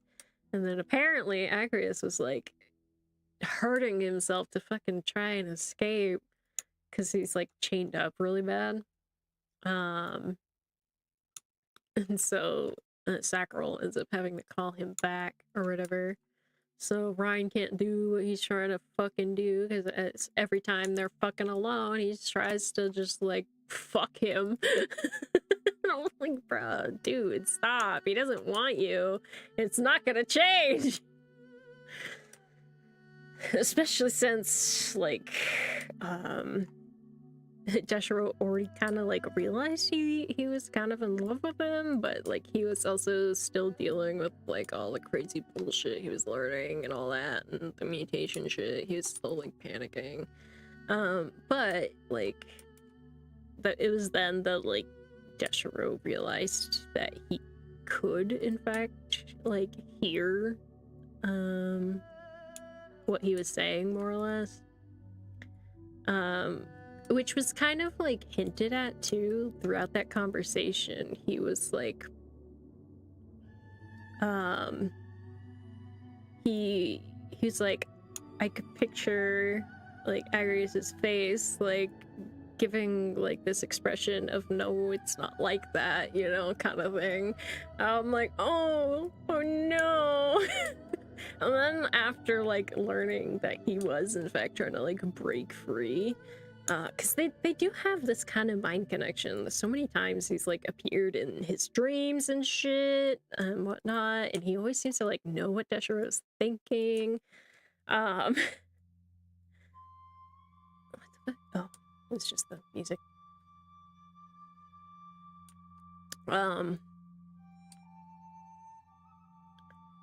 And so, but like that was like the first like true time it's like 100% confirmed, you know, that there is some degree of mind connection to him. And like he was like hurting himself trying to escape to like try and like set the record straight, more or less. And Deshiro was like, no, don't do that.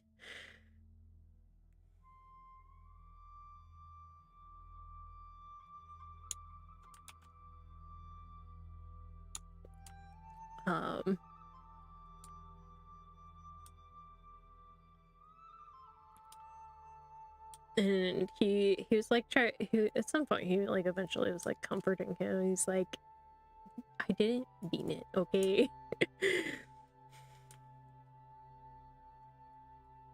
Because like while he was saying these things, he didn't like quite 100% he wasn't 100% like committing to that feeling. It's just like the tiny sliver of doubt that always exists in his heart. He was just like, but what if, you know? So, you know, he used him healing, because he had healing then, and he helped. He was helping Agres heal at some point, and then I think, or they sent him in with like this bucket of like sardines or whatever, because they were like, he's also not eating, so could you feed him? Thanks. It's like, bruh. And so at some point Desharos like mentions that there's a like fucking camera or whatever, and he like kind of like directs him towards it. Like fucking Agris just like grabs the bucket, chucks it at the camera, just breaking it, and I was like, damn. Nobody came in after that either. I'm like, why wouldn't they? Like, I know it's dangerous to be around him, but you know, whatever. I guess they could technically kind of see through the like. There's like a small window, I think, in the door to where they were at, or something or other. I don't know. I forget. I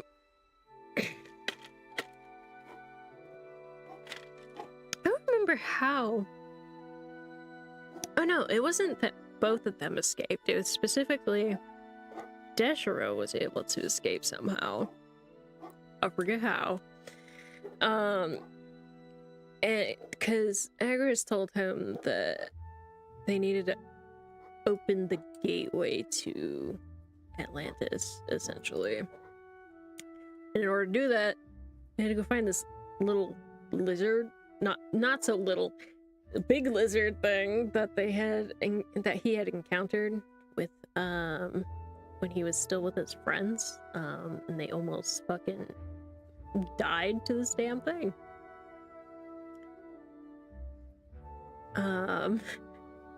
Because it's definitely like one of those things is like, don't move or it only sees by movement, you know, type shit. And then this chick that was with them was just like panicking so hard, she ended up shooting at it and then tried to run away. And then she was targeted immediately. And then it was shortly after that, this one was when they got captured and all that. When they were attacked by the fucking Nazis that were there. And then, so Deshiro's like off to go find this, this crazy ass lizard. And then he ends up setting free a different mermaid, because he happened to like land on top of like one of the tanks that had some of the other mermaids that were captured. So he set that one free. He's very relevant to the plot later, in the stuff that I'm reading right now. God, I hope he's alive still. Some questionable shit happened. I'll figure that out soon, I guess.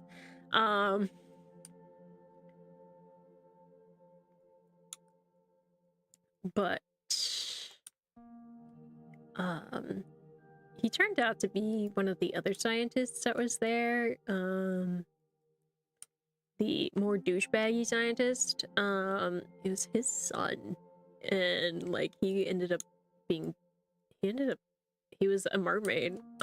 He got turned into one. He was human at once. So he and Deshiro had a lot alike. And in more ways than one. I'll get to that in a bit, very soon. But This work. So the two of them escape, and Yukimura is this other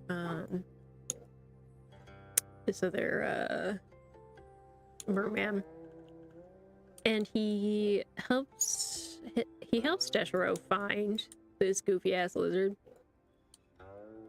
and he tells it that they need to open the gate, and they fucking do, and it swallows the whole island and everything around it. And Deshiro just barely ends up like escaping, because he ends up being like captured by this other incoming like force. There's like some helicopters or whatnot that end up capturing him. Because he happened to steal Ryan's uniform at the time. Because I think he knocked him out at some point. One of the many instances he really should have killed the bastard. Instead of just letting him live for the 1000th time, I swear to God. He stole his uniform because like this boy can't fucking keep clothes on, I swear to God. Just always ends up butt ass naked all the time. Mostly because Agrius rips off his clothes, but yeah, I mean,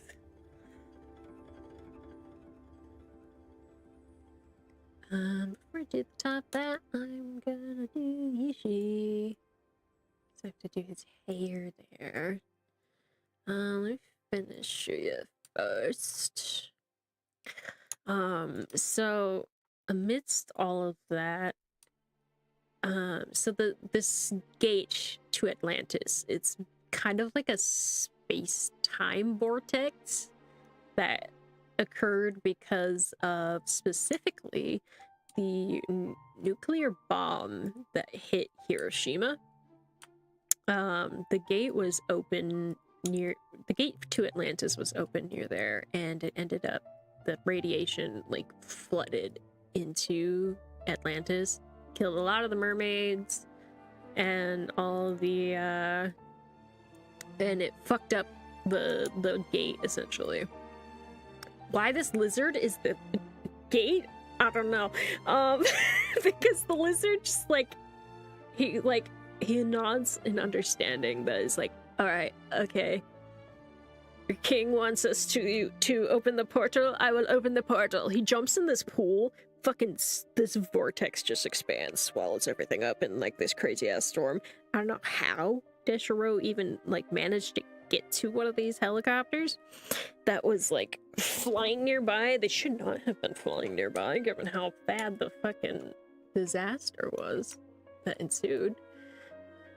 They should have been retreating immediately, but you know, to each their own.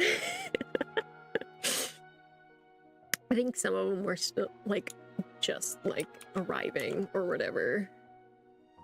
So I think he ended up on one of those, and I don't know. They do say how he ends up escaping later. However, so the gate was corrupted essentially because of this, and so everybody in that got caught in that vortex or whatever, like all of the merfolk and everything, they ended up getting like swept away in the space-time vortex type thing. And even Agrius did. So he was gone. And Deshiro ended up somehow briefly losing his memories because he was in this plane crash. I think the plane carrying him to whatever place he was going to be imprisoned ended up crashing, and he was the only survivor and whatnot. And he somehow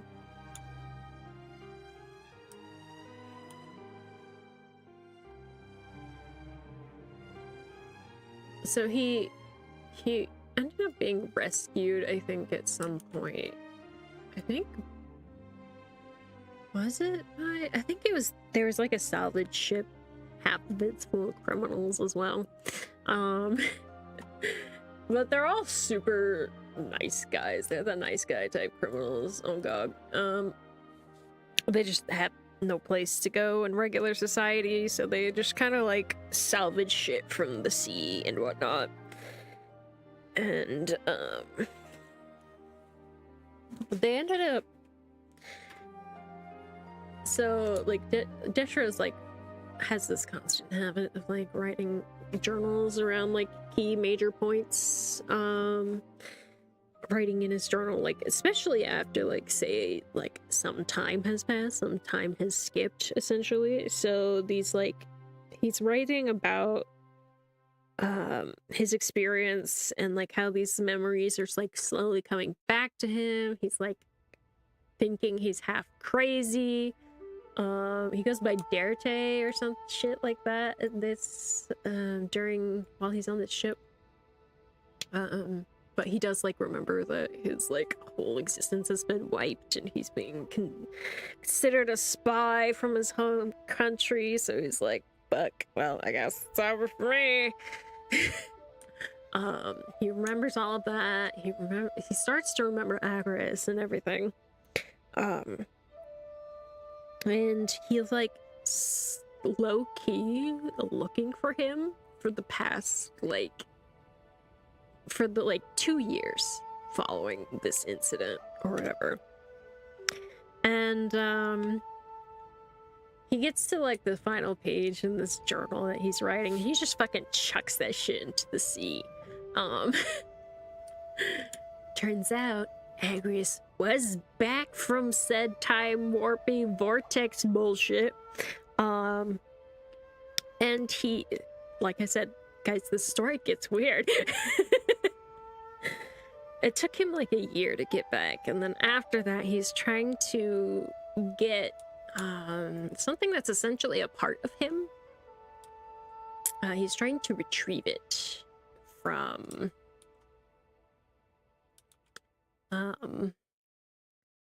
people.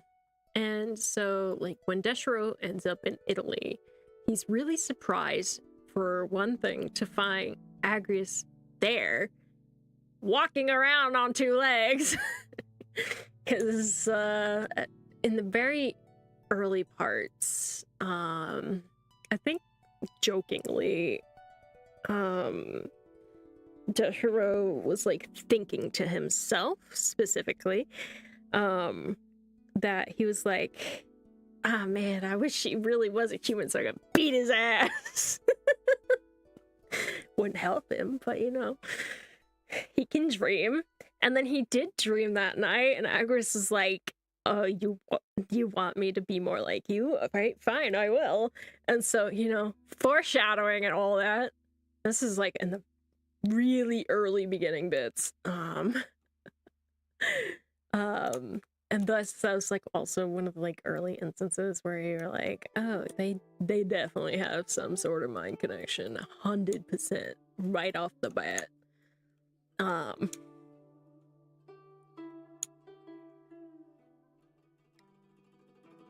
Andy boy, I have his hair fully down in this, so I don't have to draw the bun. Let's go.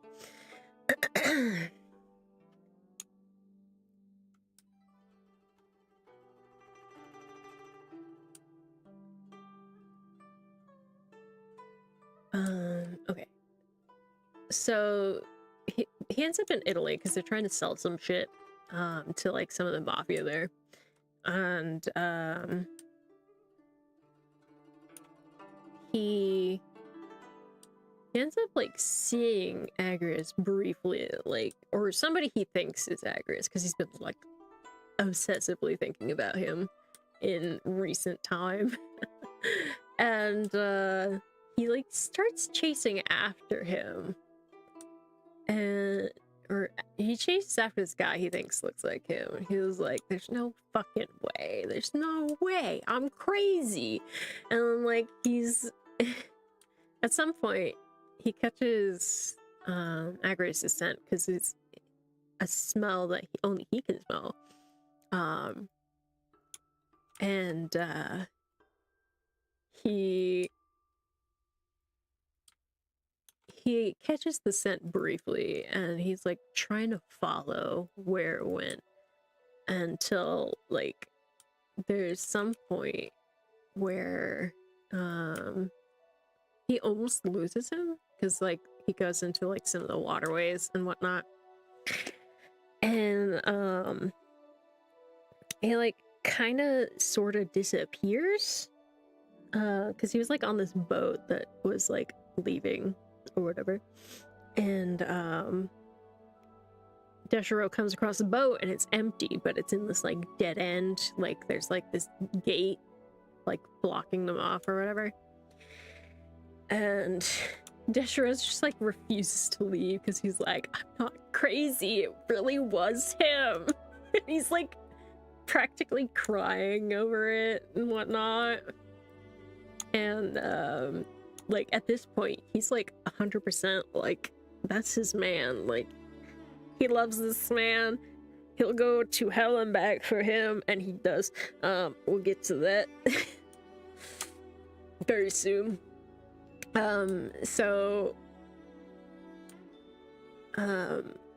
eventually, after trying everything he can to like try and entice him out of hiding in this like fucking corner, because he fucking knows he's still there, he hasn't left, he's still around, and sure shit, he sure was. He ends up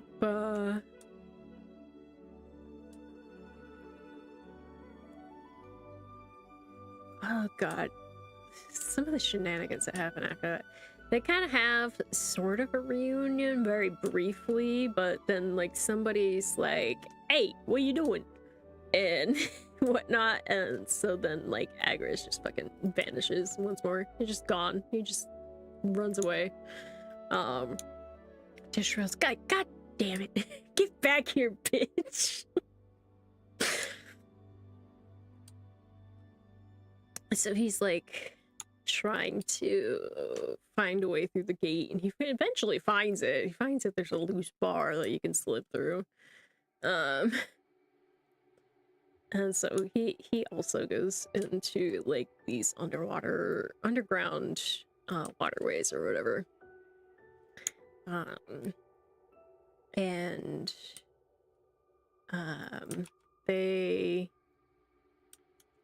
he's like basically tracking him by scent at this point. Still trying to follow his ass. And then he ends up following him back to like this place where his people were meeting this mafia group or whatever, and apparently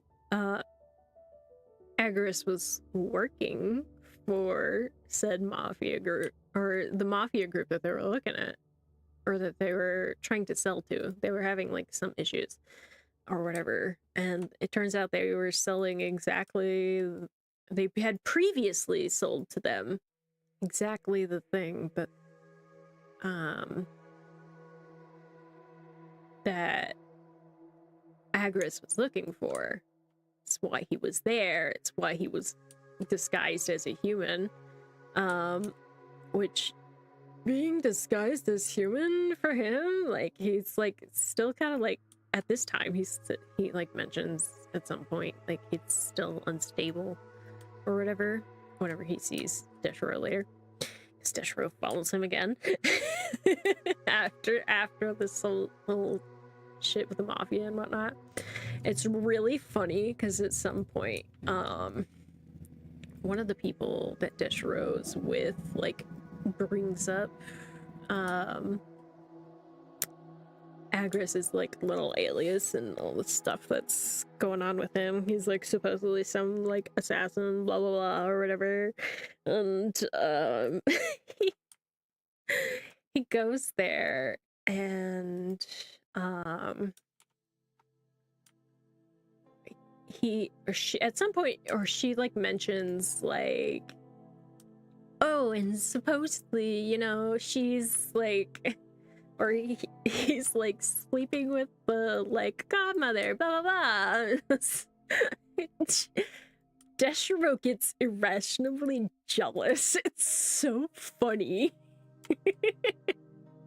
But when he sees like this, like when he like follows after Agris and he sees that like his transformation's still unstable, he's like, oh yeah, that's probably just some stupid gossipy bullshit people came up with out of nowhere just to make drama. He was like, this is my man, bitch, fuck up. It was really cute to see just how like obsessively like Deshiro gets after like being apart for so long and like fully admitting that he cares for Agris.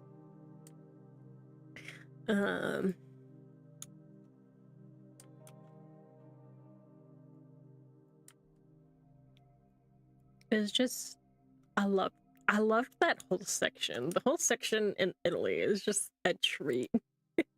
Because it's like the first time they get like a tiny little snippet of peace. Like they're still trying to do some shit, but you know, as it turns out, the fucking goddamn Nazis are still after this piece of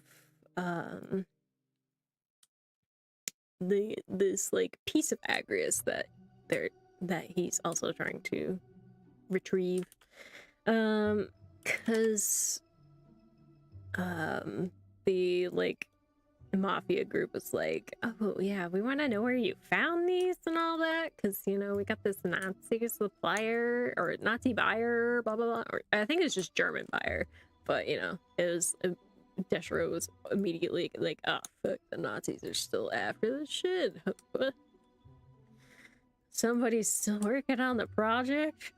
And then, you know, at some point, well, you know, Agris was trying to track down some shit while Deshiro was like resting in the little place that they kind of like hid away at. He like mentions that, oh, Ryan is still around, fun fact. And I'm like, God fucking damn it, he didn't die in this goddamn space time vortex. I thought we'd get a break from him. No, they're incapable of that.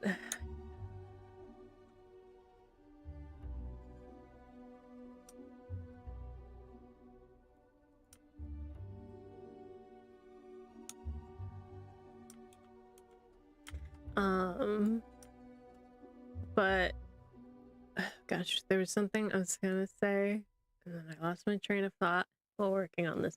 Because I was just thinking that I'm not sure if this is the expression I quite want for him. I might have to refine this a little more.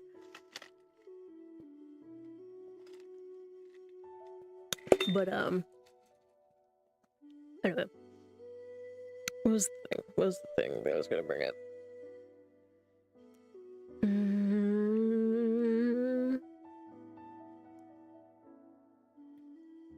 Because you know, when they finally meet up and they have like this whole night together, they smash all night, dude. No, it's crazy.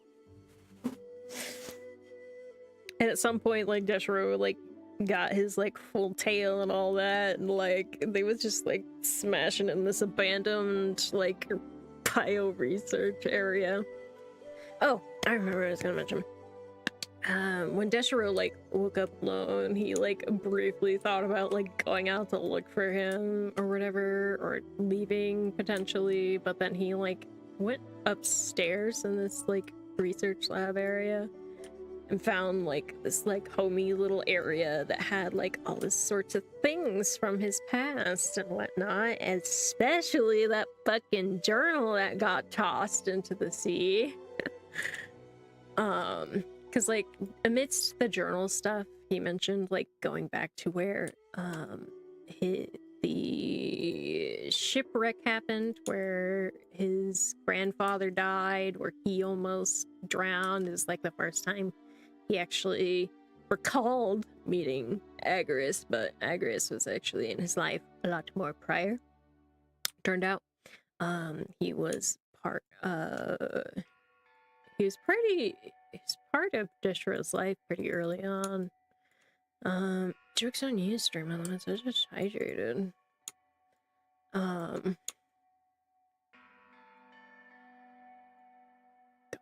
These two are so cute.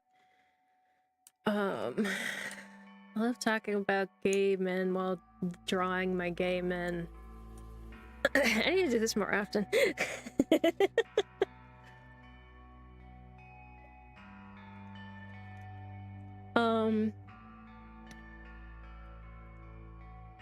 So anyway, like, not long after that,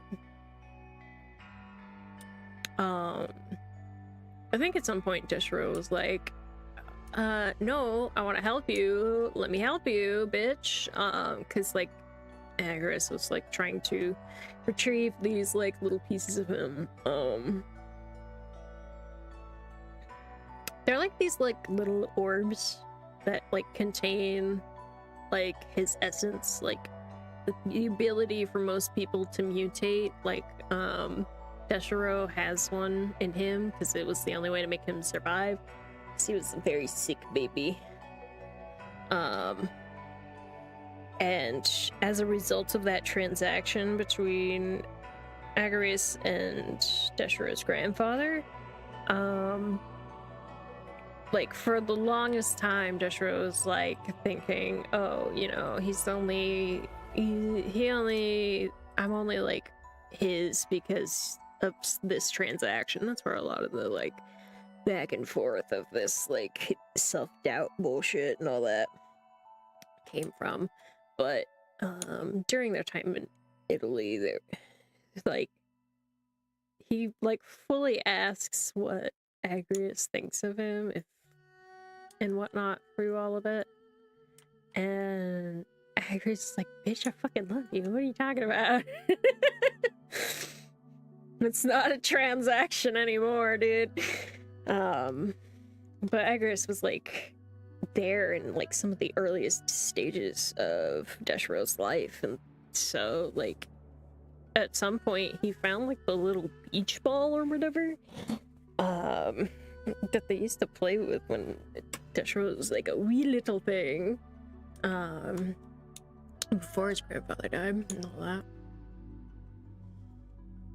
And he found it in the like room upstairs in like Italy and whatnot. It's very cute. But you know, anyway, Agorist was just like, no, I'm gonna protect you. You're gonna stay away from this shit. I don't want you to get involved, especially with fucking riding around again. You're just gonna stay with your little friends and all that. And like, he uses his power over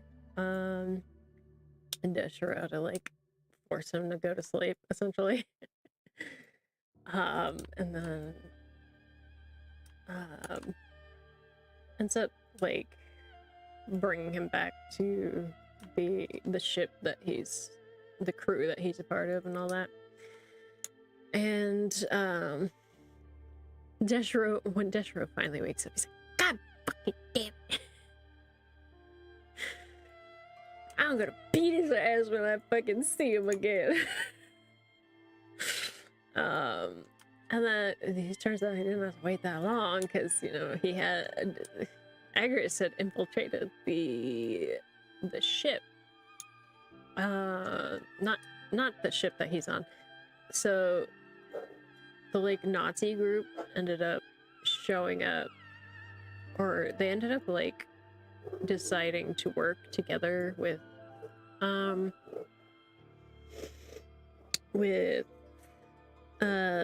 the captain of the ship, because, you know, they found the little little orbs while out and about and all that. And they were like, "Oh, you can help us find more, yes?" And all that kind of shit, you know.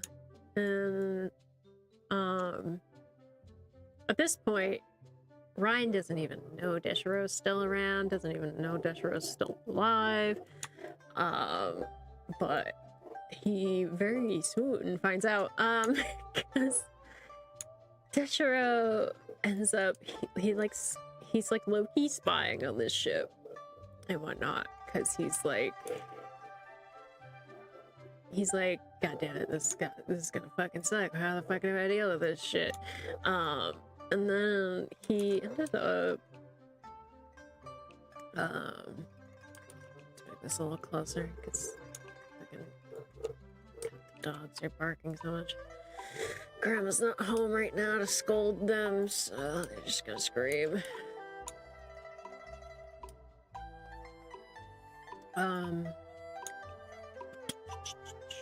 Should make this whiter, but it looks so good. I don't want to fuck with it.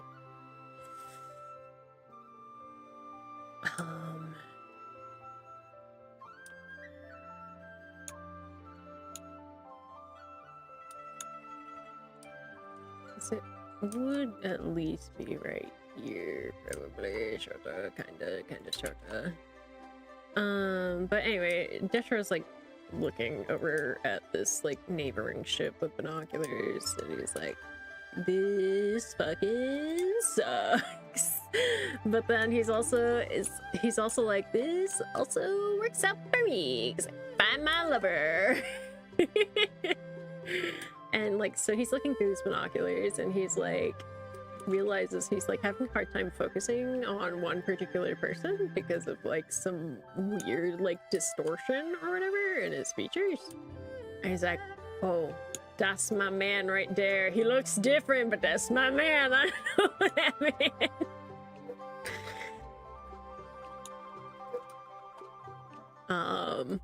Because like this guy's like, he very much changed in appearance this time when he transformed. Because so I don't think I mentioned it yet. I think I got distracted. His transformations come about from him essentially like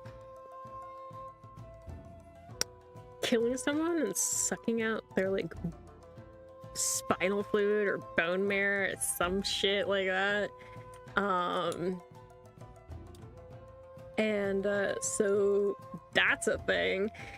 So he eventually just like kind of masters it in a way where he can look like the person he just killed.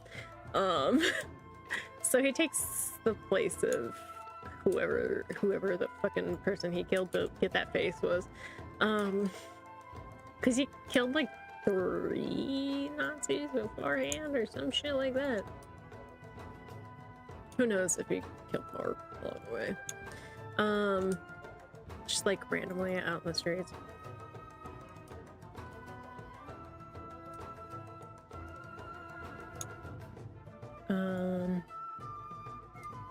Which is why he ended up like seeing Ryan or whatever. And anyway, so he's dealing with that. Or he plans to like go sneak over onto the ship or whatever once nightfall comes. Because the other ship, they kind of have like this sort of like party going on with all the other people involved. Some of the like people from the mafia, some of the people from his crew. They're all like gambling and drinking, having a good time. There's a little party going on over there and all that. So he like sneaks on during that time frame. He's like, "I'm gonna find my mans. He can't fucking escape me." He's like so determined to find him, and when he does, Agus like briefly uses this opportunity to like capture, quote unquote, Deshiro during that time frame. And like Deshiro's just like, I feel so fucking betrayed. Did he plan this from the beginning? Like, what the fuck? So, you know, naturally he's like just panicking. Like, the one last thing he like trusted in this world is like, he just feels so betrayed by this moment. And but he and it ends up being that Ryan comes out and he sees that it's Deshiro or whatever.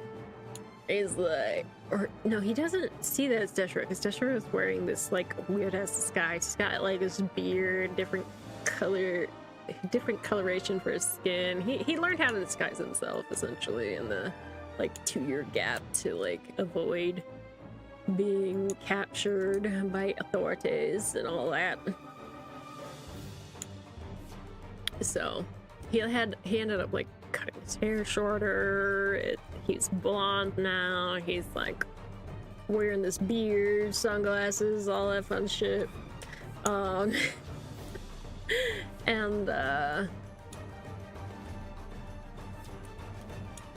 seats. I know what this needs. So he doesn't recognize him at first, but Deshiro like pretends to be just like this goofy ass drunkard or whatever, because that's the best way to get out of this shit. So they ended up like throwing him in this like random other cabin because like his captain didn't recognize him because he didn't see the disguise he put on, because his captain was already on this other ship, partying it up with everybody else. So he didn't recognize Deshiro either. So when Ryan asked like, who the does this boy belong to anybody? Like, and so he doesn't recognize him immediately, but after they like throw him in a hole, like after giving him medicine to quote unquote sober up, he ends up like, or like Ryan comes in with Agris or whatever, and you know Ryan's doing his usual fucking bullshit where he's like pretty much like all over Deshiro, and Deshiro's just like, why the fuck isn't he doing anything? Is he really not give a shit about me? I was like, oh, honey, just wait, it's gonna happen. And you know, as soon as like Ryan got more handsy, obviously Agris was just like, nope, I can't handle this anymore. He just like kind of does this weird like hypnotizing type shit with his weird electromagnetic shenaniganery, and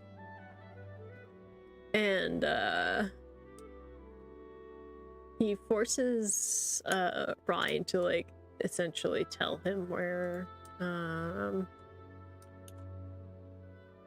the parts of him or the little orbs are in his possession or whatever, where they're at right now and whatnot. And turned out they were on a flight over to their destination. Yay. So, you know, that was a whole ordeal. And then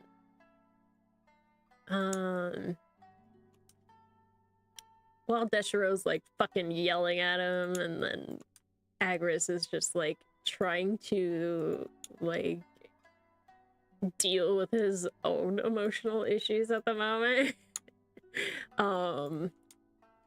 He ends up and you know, the usual like horny ass bullshit that Agris does whenever he sees Deshiro. He just can't control himself. That's crazy. But yeah, I'm here for it. But they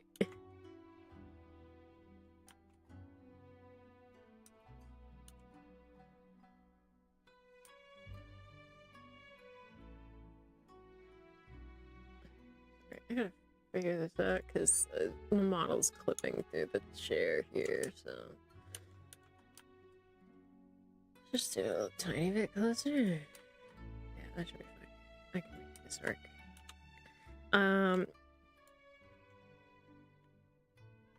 So like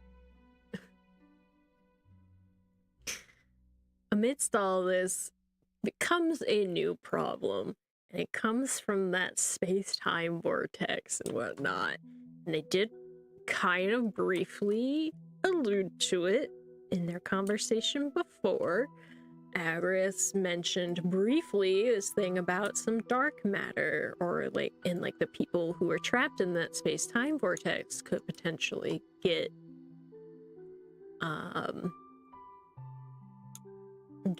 consumed by said dark matter. And turns out Agris was corrupted by dark matter. And the dark matter version of himself also really fucking wants Deshiro, but is not as kind and gentle as Agris has become.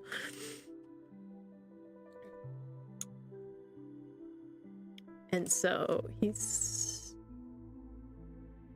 like the first time he starts to lose it. And just before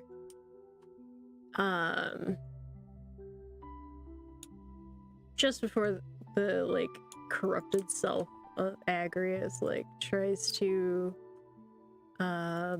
get at Deshiro, the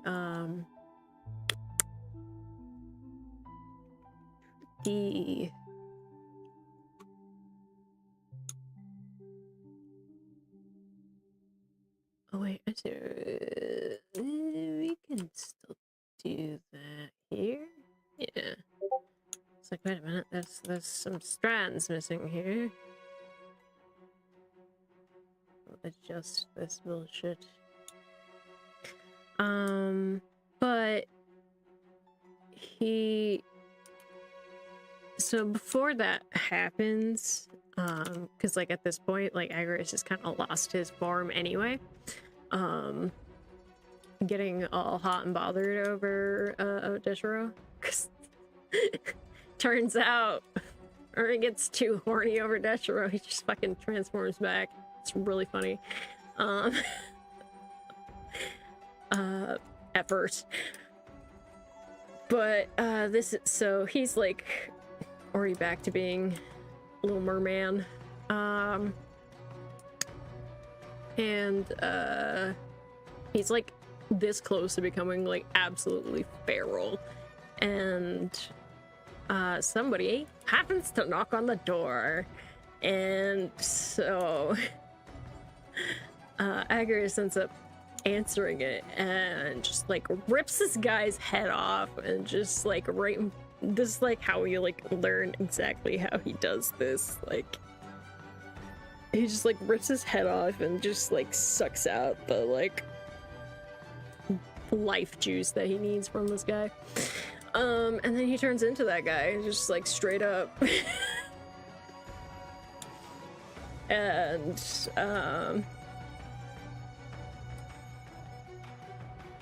Agrius is just like, you gotta go, but also I don't want you to go. Please don't go. Type shit. Because, you know, he's a very needy creature. He needs his wife.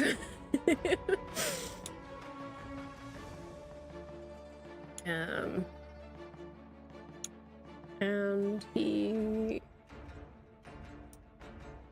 don't remember all the details after that, but like at some point he did reveal that like the dark matter is like kind of corrupting him, and that Deshiro should keep distance and all that. But you know, Deshiro is just a stubborn little guy. He's just like, please no, I want to help you. Once they, you know, get all their misunderstanding and all that over that situation dealt with.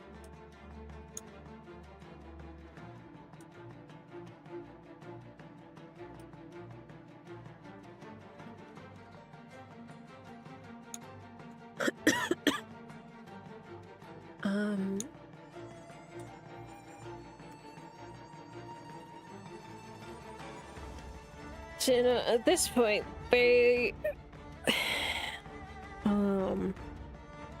going to the site of the atomic bomb and all that. Because honestly, I don't know why the Nazis are going there. Agris is going there because it's supposed to be the way to, like, travel back and correct a problem, that the whole nuclear bomb problem, because they didn't close the gate to Atlantis, which led to all the disaster and all that.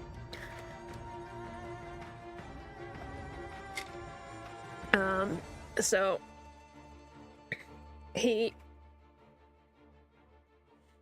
and I guess they're going there for similar reasons. I don't know how they know. That wasn't really established. I feel like the whole, like, Nazi timeline's not really established, because this is all first person through Deshiro's point of view. So a lot of shit kind of just gets a little glazed over. Especially with the enemy.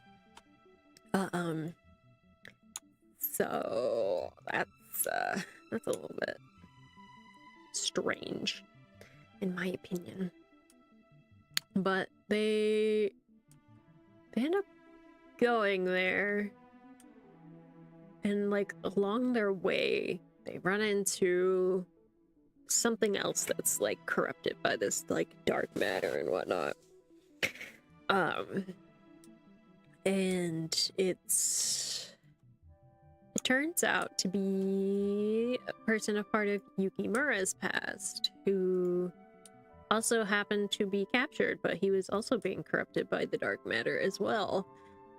So he was, like, recaptured and put into containment and all that. But Yukimura he had also fallen in love with a mermaid, or merman at some point, and he ended up, but at some point he ended up, like, attacking him and whatnot, and, like, betraying him in some ways, and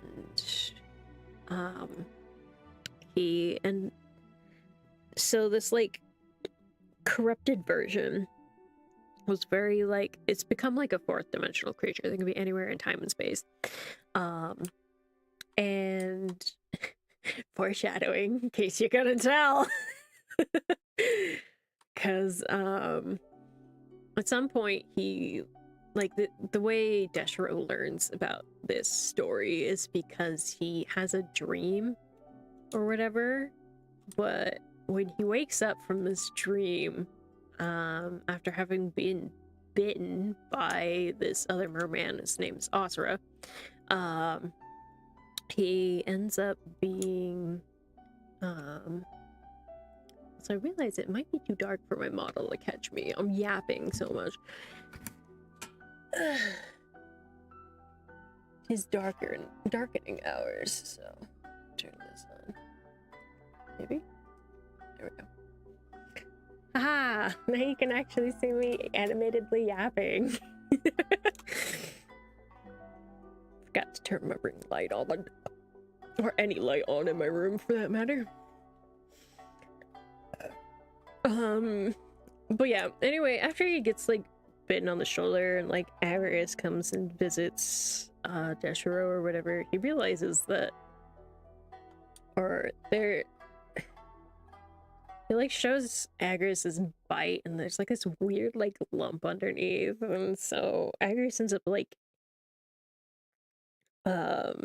biting down and pulling out whatever the fuck it was, and it's just, like, this weird black mass with, like, a weird viney little tentacle type shit, and I was like, anyway, that was back to the horror and all that. The descriptors were quite gruesome for this section.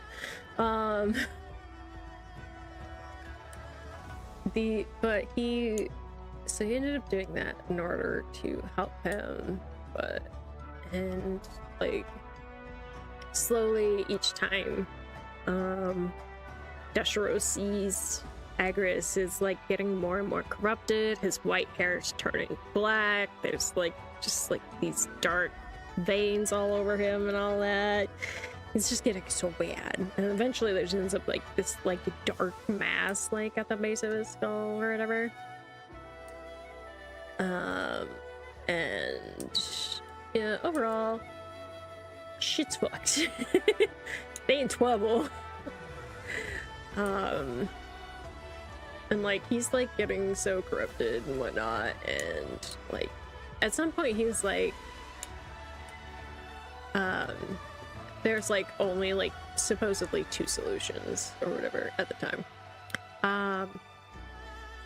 The main solution being Deshiro's blood, which kind of like quelled it briefly, but the amount that would be needed to cure Agris would kill Deshiro, and Agris was just like, that's not gonna happen. I don't care if you think you can, if you want to do it, I'm not gonna let you do it. And the other was to go back to Atlantis and remake his body in the mother nest, but by the time they get quite to that point, his body is too corrupted to go back to go to the mother nest without corrupting the mother nest. And so he ends up trying to think if there would be anything on the back here, but I don't think so. I think it would be solid. I think the arm sleeve would be behind Shriya's hair here. So I think that's actually fine as is.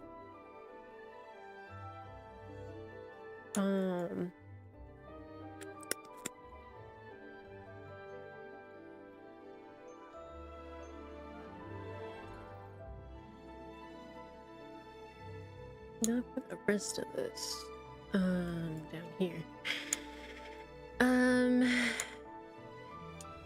By the time they get to their destination, trying to get into like the deep hole that supposedly leads into Atlantis, they end up being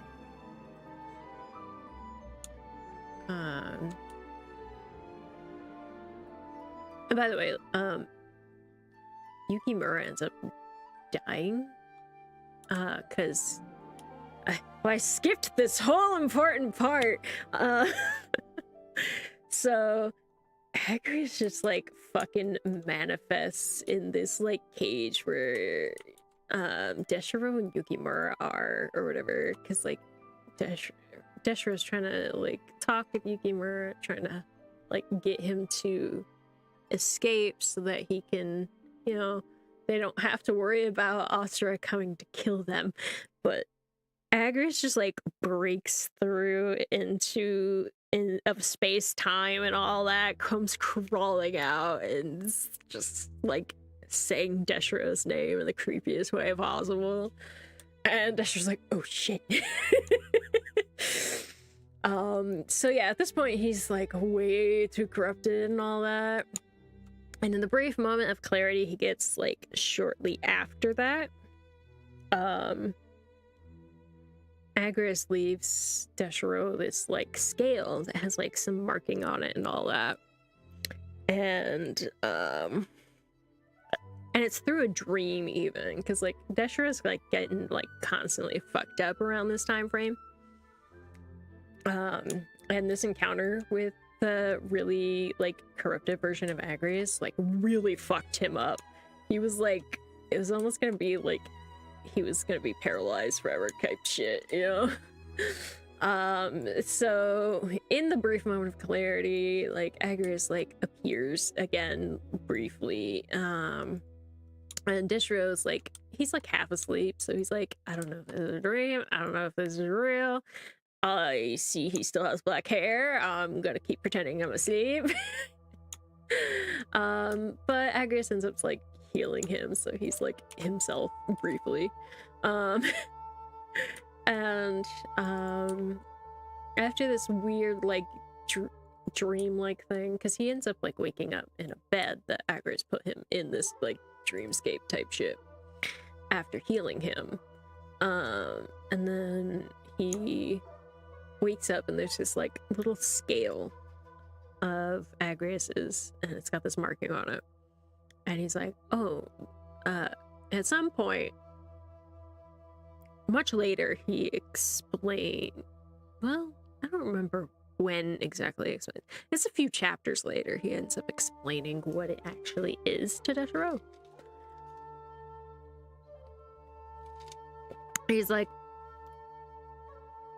but when Deshiro initially looks at it, he's just like, his brain just gets bombarded by all this like crazy ass information. I'm like, ooh. Initially I thought it was like maybe some secret key to like Atlantis and all that shit, but it wasn't. It was actually his quote-unquote life core. It's all his memories and shit, you know. Just like it was very dumbed down by Deshiro. He's like, oh, this is like a data disk of like your memories essentially. And Agris is just like, the fuck are you talking about? Because he doesn't know what computers are. But I don't know, it was like a funny cute moment, honestly. And then this is midway line, right? Yeah, so that should be roughly where his belt is. Or wait, no, this is part of his arm showing through here, so I should put a little bit of it.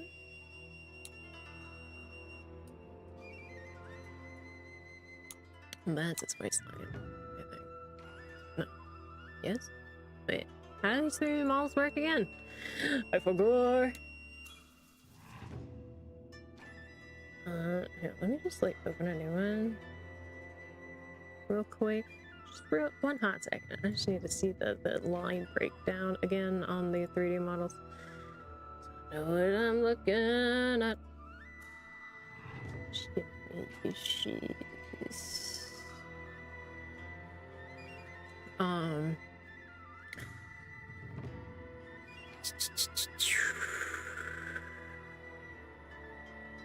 okay, yeah, so that bottom one's probably the hip one, the one up higher is probably his belt, where his belt would be. Got it! The one that's like cut off by his arm here. So this belt would probably be a tiny bit of his belt peeking out there. A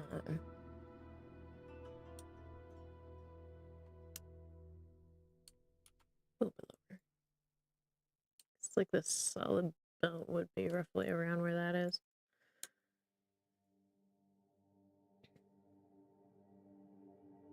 And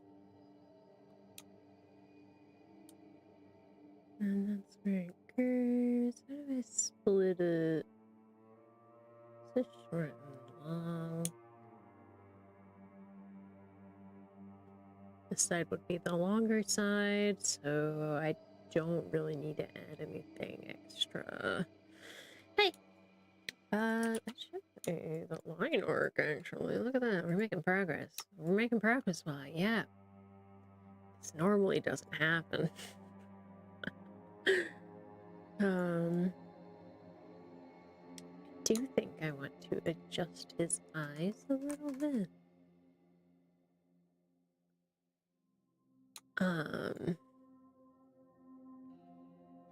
It's good, but it could use just a touch more tweaking. I think I'm gonna make this a little bit bigger.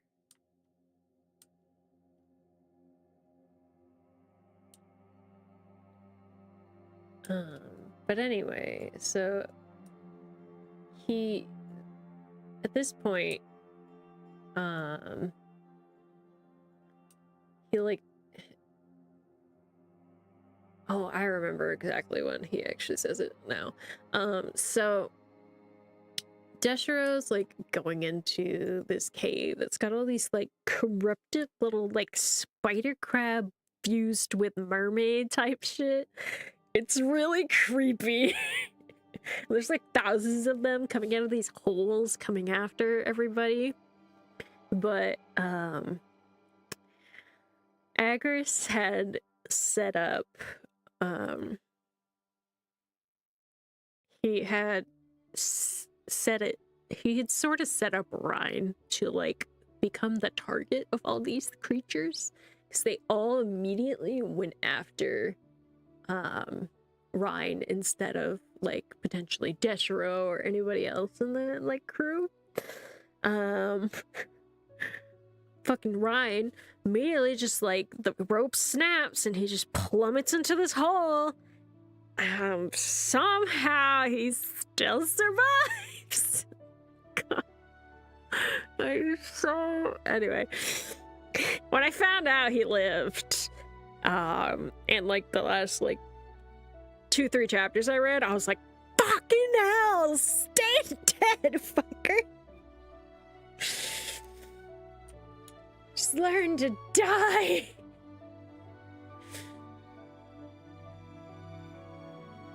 I was so upset, dude. But that's later. So when Deshiro's about to go through deeper into this hole, or at some point he's like falling because the rope that snapped off of Rhine broke the like pulley system that was up above them, and so Deshiro started falling at some point, and ends up getting caught by the like corrupted version of Agris.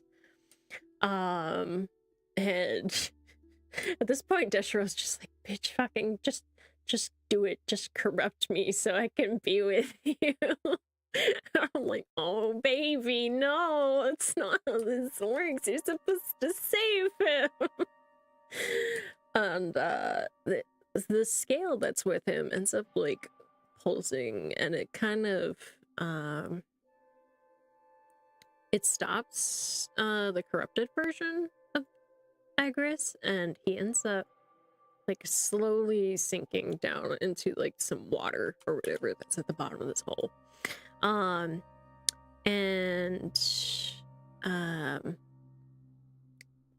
like spooky ass little spider crabs start coming after him now. That fucking what's his face is gone. And so he God, this is getting worse. This looked better before I did this.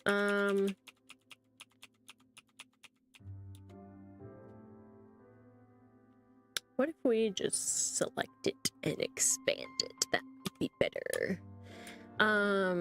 Anyway, so he's like panicking, and there's this like submarine at the bottom of the goddamn pit, which makes 0 sense, and Deshiro says it makes 0 sense. Still have not gotten an explanation for why.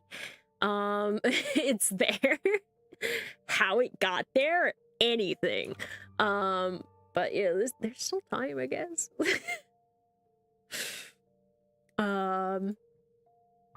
But Agrius is just like, he tells him about the fact that the scale is his life core, what to do with it and all that, and that there would be a different plan, or essentially, rather than going to Atlantis, he would go through this like weird rip in space-time that is in this pit here, because of, you know, the nuclear bomb and did all the space-time vortex bullshit. This is where it started, so, you know, he's gonna be shunted into the past, like, essentially. And he is. He ends up swimming through, and ends up like, it's well over 50 years in the past. He ends up in the World War II section era or whatever. I say 50 years because that's the number that's getting thrown around right now. Which I'll tell you why in a second.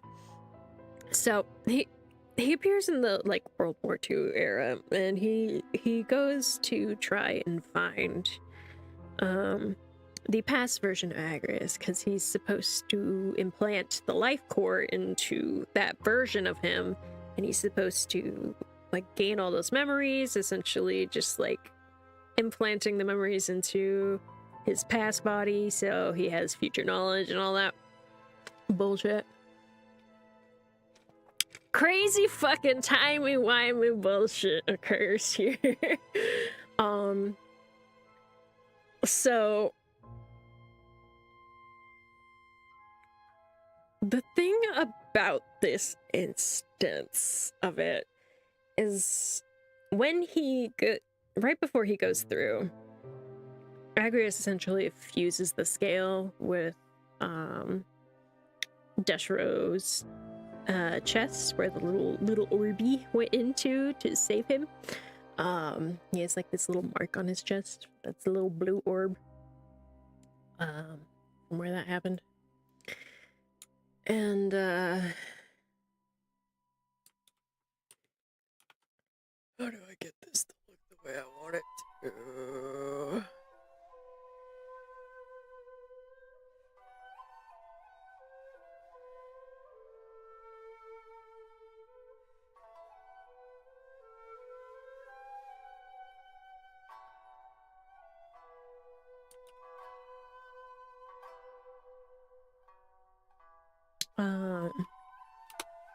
And either in doing so, or my theory is also when he looked at the scale, that information got implanted into him.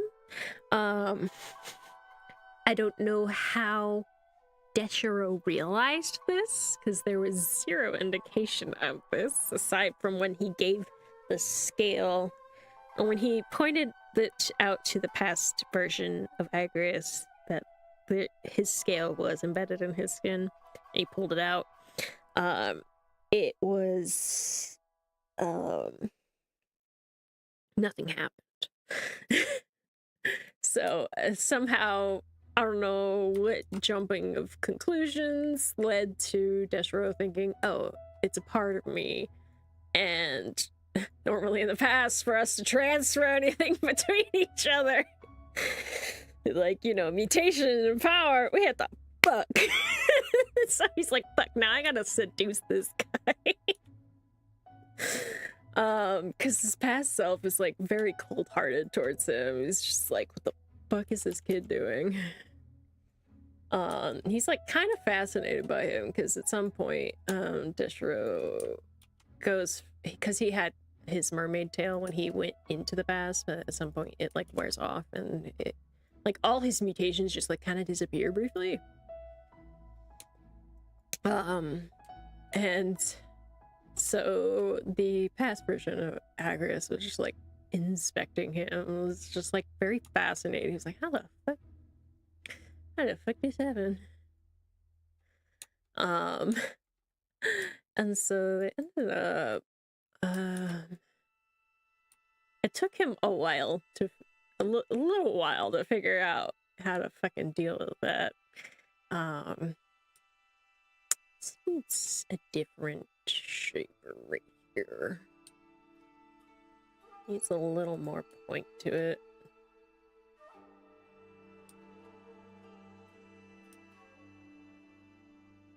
This is not working the way I want it to. I think it's just not angled the way I want it to. Because normally I have it a little more angled out that way. So let's select it and just warp it, and then we can go from there.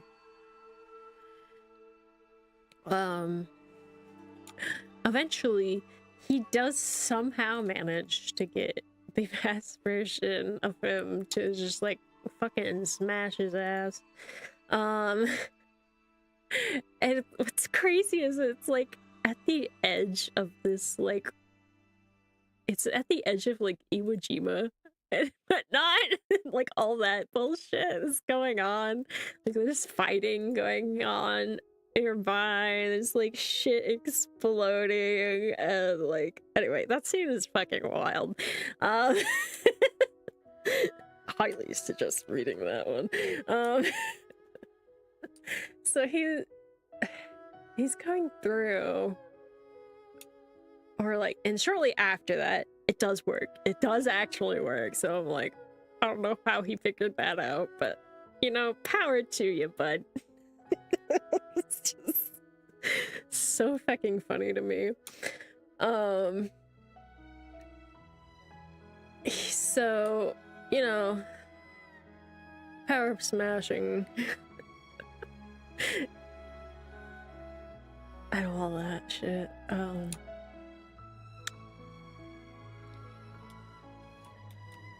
So he ends up doing that, and then he does like start like Agri's like past self just like kind of starts glowing and whatnot, and so he's just like he's like going through this transformation sequence and whatnot, and like he ends up passing out for a while, and then like when and Deshiro's just like clinging to him, he's just like, please fucking work. But when Agris wakes up, he seems like he doesn't know anything. I suspect he was just fucking with him, because he does that a lot. Thus the whole Italy bullshit. Among other things, you know, there's other instances where he just like he likes to tease and mess with Deshiro a lot, and it's funny, it's cute.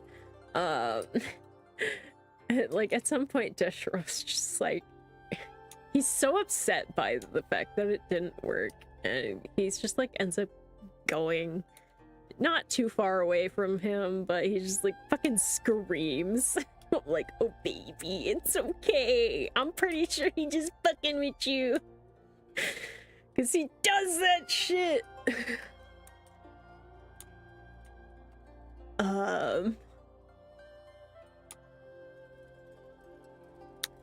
But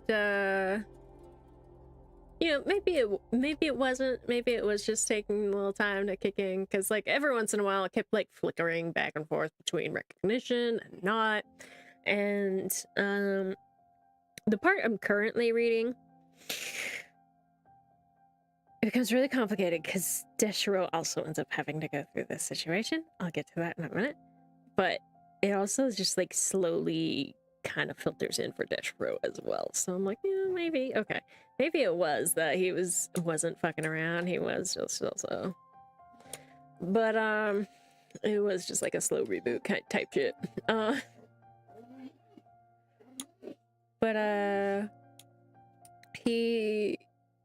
so while they're doing that, they end up so they're like trying to rescue a bunch of these like captured merfolk, because you know this was like the time when Yukimura's family was like experimenting on all of them, you know, trying to get the power of merfolk to themselves, blah blah blah, yada yada, all that fun shit. And Ryan ends up being there at that camp, all that. It's fucking bullshit. Because they end up being captured or whatever, and like they inject Agris with the like anesthetic, and like the first time Deshiro realizes, shit, that actually doesn't work on him. He was just letting us capture him before. He was just letting it happen. He was just pretending the whole time. I was like, bitch, you didn't realize that sooner. It was so funny.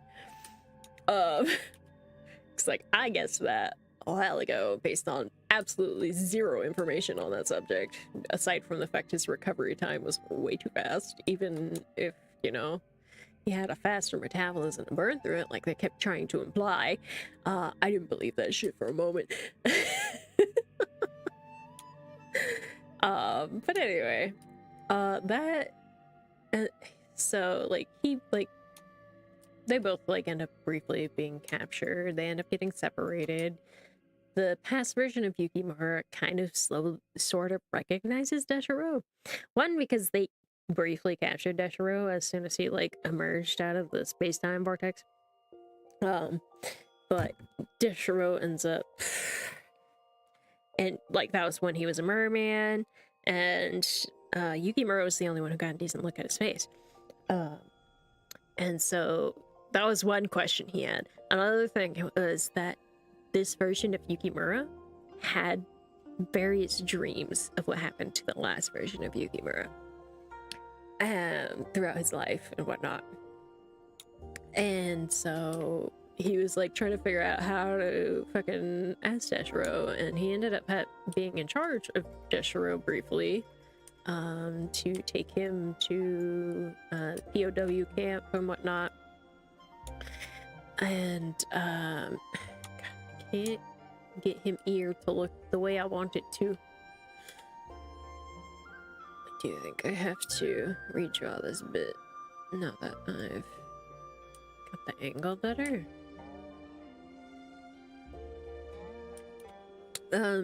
And so, you know, a whole lot of drama happens in that sense. And eventually Deshiro convinces Yukimura that he needs to go against his father if he wants to potentially, like, change the ending of his story. And so somehow it works because, you know, like, Yukimura does deeply care for Asura and whatnot, and so they're trying to, like, save him. And Yukimura ends up being like this distraction or whatever, but ends up getting captured later. And like after Deshiro like released all the merfolk that remained in the camp and whatnot. There we go. That's fucking what I needed right there. I need this like curve out.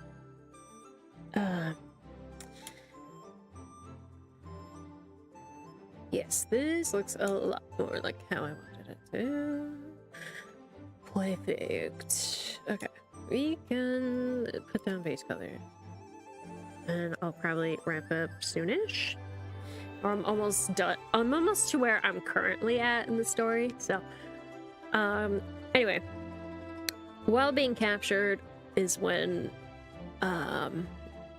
Deshiro sees Ryan again, and he's like, God damn it, this motherfucker's still alive. I am like that too. I'm like, why is this bitch still alive? He should be dead. He was fucking attacked by a million goddamn spider crab merfolk type shit. I'm like, no, he should be dead. And he wasn't. I was so upset. Anyway. They scream. And then, so, following that instance, he ends up being, so they're kind of trying to escape and whatnot, but they end up having to follow their ship because they still have some of the orbs, as well as, there are some like merfolk that were like dissected, and their bodies are still regenerating. So those ones were kind of like in a comatose state, so they couldn't like rescue them at that time. They were escaping from like the camp they were at. And they ended up so they had to like follow this ship that they had moved them onto, and apparently there were like 2 test subjects or whatever that were turning into merfolk, and initially it was thought to be Deshiro's grandfather because he was supposedly a prisoner at the camp, but this was before it was revealed that he was already a merfolk. Before it was that he was born as one, you know. Fucking, that was a crazy revelation for me. I think I read that last night. We're getting really close to where I'm at right now. So that whole ordeal occurred and whatnot, and Deshiro's grandfather started fighting Agrias because he was trying to take over power, obviously, from Agrias, because, you know, he's old. His grandfather's older than Agrias, but Agrias is stronger, obviously.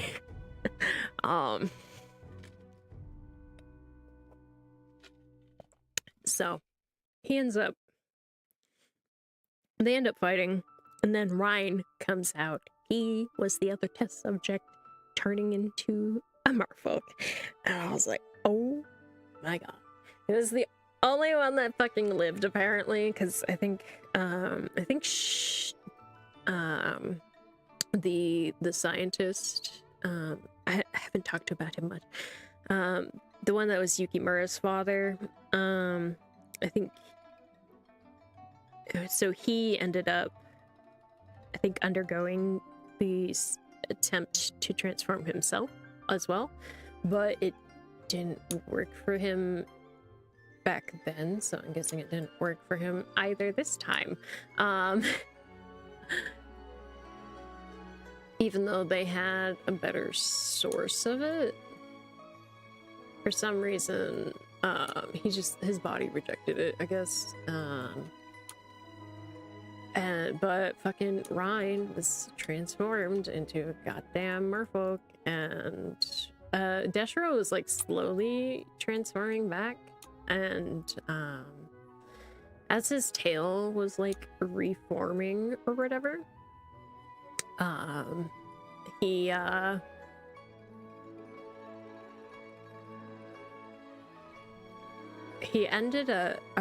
Ryan ended up like trying to stop it from happening, so he like split where the muscles were like reforming or like fusing his legs together, and so he was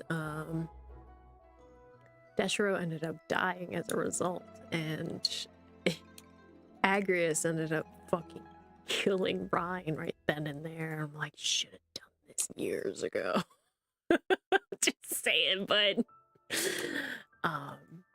so the stuff I'm currently reading right now, the stuff I read as of today, is that 50 years later,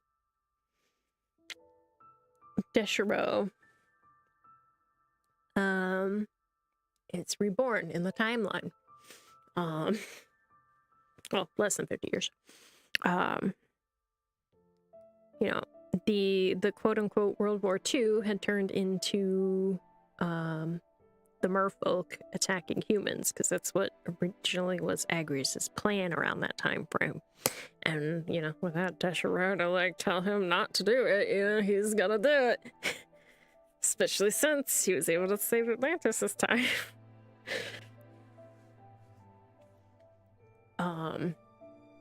But he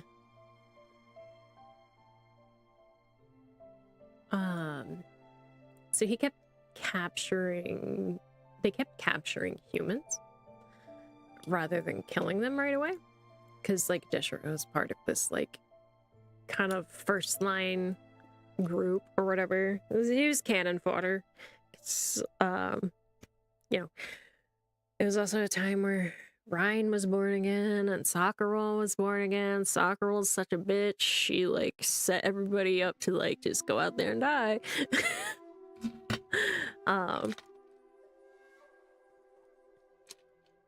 And so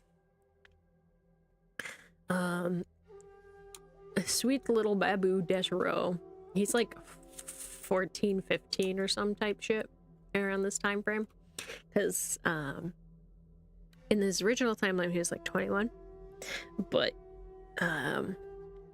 Agrias couldn't wait. He wanted to be near him again. So he let Deshiro's grandfather live so that, you know, he could have his Deshiro back. And then, so the stuff that I'm currently at is so Agrius had also taken Deshiro's life core at the time so that he could implant it into the baby Deshiro. So he he's working on like assimilating the memories was like the last chapter I read. It's like slowly like starting to stick. It's still a little foreign concept to him, so that's why I'm like, oh, you know, maybe it was still a little bit of a slow take for Agris too, you know. Takes a little bit to like adjust to this like information of past self to current self and all that, you know. Getting like a lifetime of memories essentially. But that's where I left off. See how things go from here. Given the shit show that's going on right now. I'll let you know probably next art stream.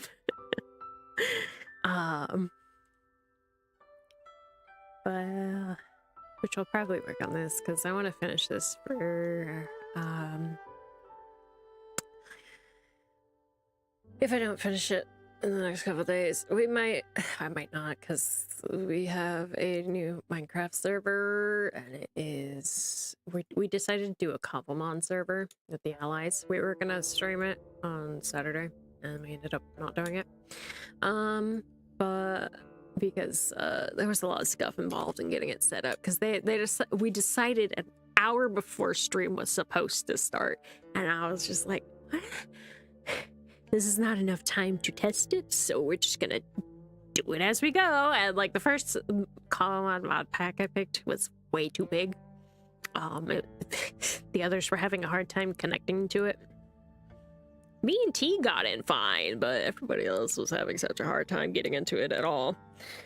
So we were like, okay, let's get a smaller mod pack. It was the one that was like half the size, and it is now. I'm now back in the Minecraft obsession, specifically for Complimon.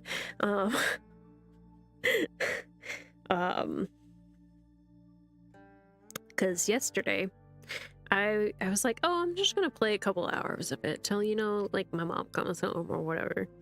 And then I ended up playing from like noon to 10 p.m. So I was just like, I cannot stop. Can't stop, won't stop. Because I wanted to work on this yesterday, but then I ended up not. Because fucking Minecraft. I knew it would be a problem for me, but you know, if the group wants to play Minecraft, I'm more than willing, because like I'm paying for this server subscription. I might as well, you know, people might as well use it. And lately, nobody's been using the last server that we were on, the Cottage Witch server or whatever. So, anyway. So cute. Look at these two. Look at them. Oh, adorable.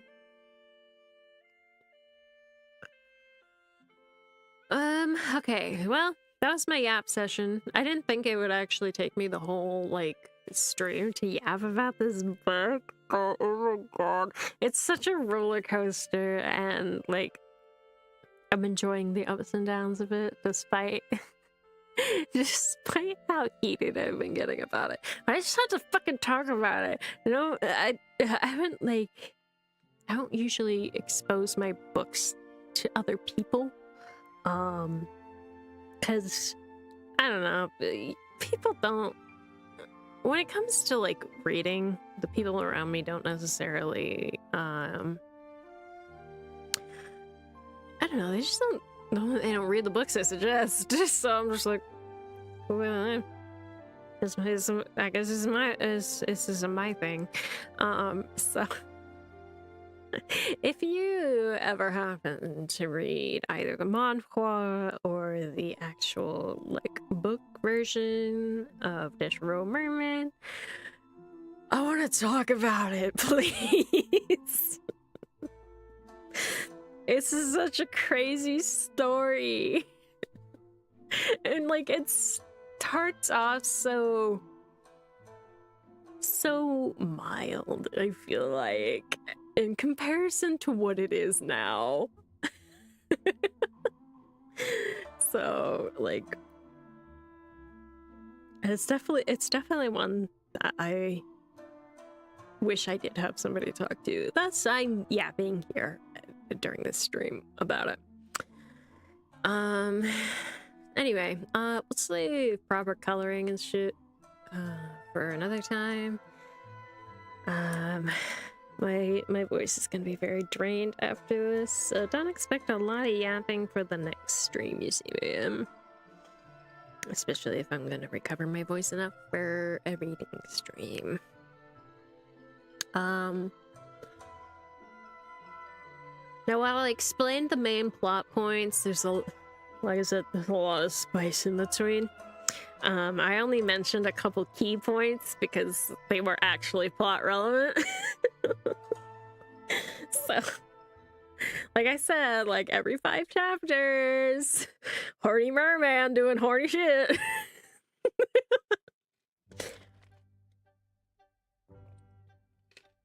Anyway, despite the few things that I'm nitpicky about this story, I still recommend it. Solely because the plot is wild. Once you get past the first little bit, it just like it keeps blowing your mind like constantly. And the first little bit might be a little bit rough, especially if you're not down with a lot of the like tags that are with it. Like I said, if you're gonna read this story, do read the content warnings, please. I might share the link to the book in the Discord literature, because good god, do I just tempt somebody into reading it.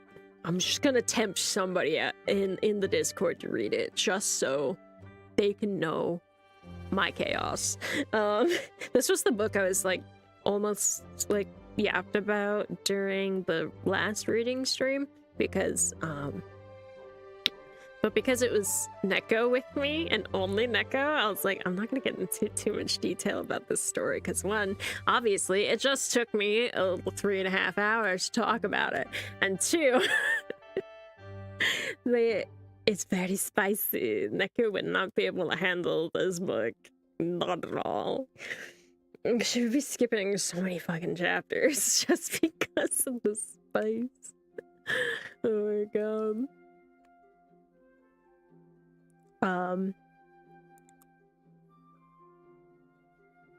Anyway. Unfortunately, the site I found it on, it does not have a dark mode for reading.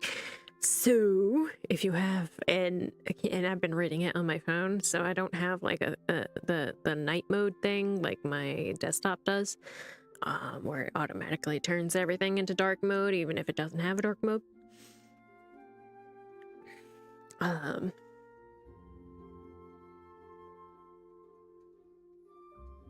I need to see if there even is a way to do that for my phone, because sometimes it's just like, some nights, I mean, like, my eyes are kind of hurting and tired and exhausted because I probably haven't moisturized them enough during the day. Also, you know, I am getting cataracts, which is like making me squint more, so my head starts hurting specifically because of my eyes. So, yeah, all kind of crazy shit. But anyway, that was my rant session. I'm surprised we even like got this far, TBH. And I didn't think it would take me that long, but I did kind of go into quite a bit of detail about the whole story, and it's like I'm currently at like a chapter 103 or some type shit. Somewhere around there. Oh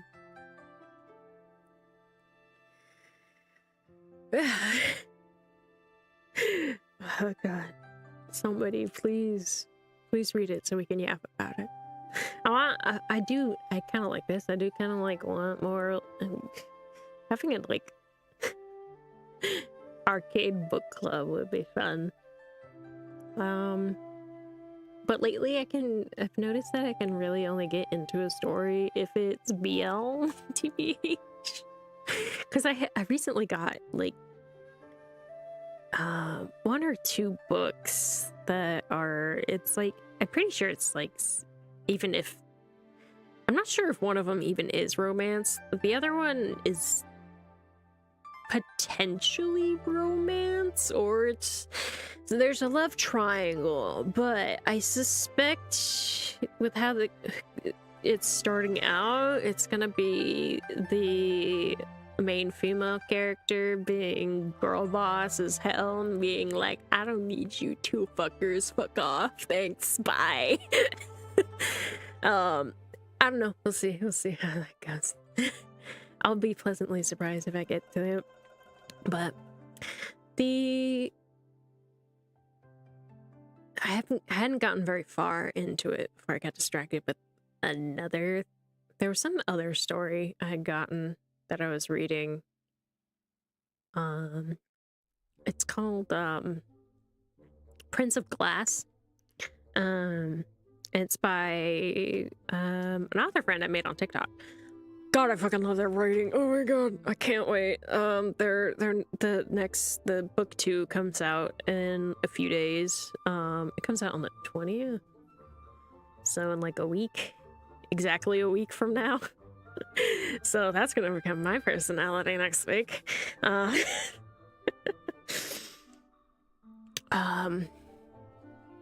I will be consuming that so expeditiously because they left that book off on a cliffhanger, and maybe I'll yap about it for our next stream since I kind of like doing this. I don't know, we'll see. It would be, I do think it would be fun to do like little book club type stream,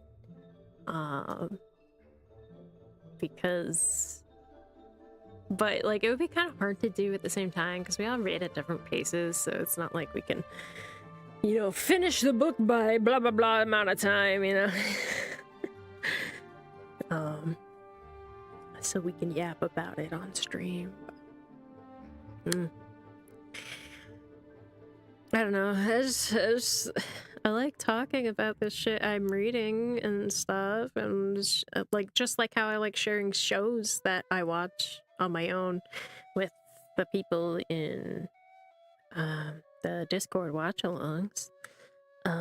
It's just, I like exposing people, but like they're more receptive to like accepting animation shit than they are accepting my book recommendations. But I don't blame them. Reading is a lot of work. I have a lot more time than some people do. But even so, like, even when I didn't have time, I still read, you know, like a chapter or two a night before bed, you know? Or like in the morning too, like while I'm like getting up, while my body's still processing existing. That's especially when I like to do like a reading or whatnot. It's either reading or doom scrolling. Reading's more productive for use of my time because it's inspiration for one thing, and you know, there's plenty of other reasons to do it. But yeah. Anyway, let's stop now. We'll wrap this up. I will see you guys Thursday. I made the next art stream Thursday, right? Yes, because I wanted a day break after to try and recover my voice, in case I did a heavy yapping stream like I did this time. I will see you all Thursday then, unless you're a part of the Arcade Allies membership. Then I'll see you in Discord if you're joining us for the watch along. I don't know what we're watching this week. We never usually decide until like the beginning of the watch along section these days. We have a handful of things on the list. It really just kind of depends on who shows up. But yeah. Anyway, I'll see y'all then. Bye.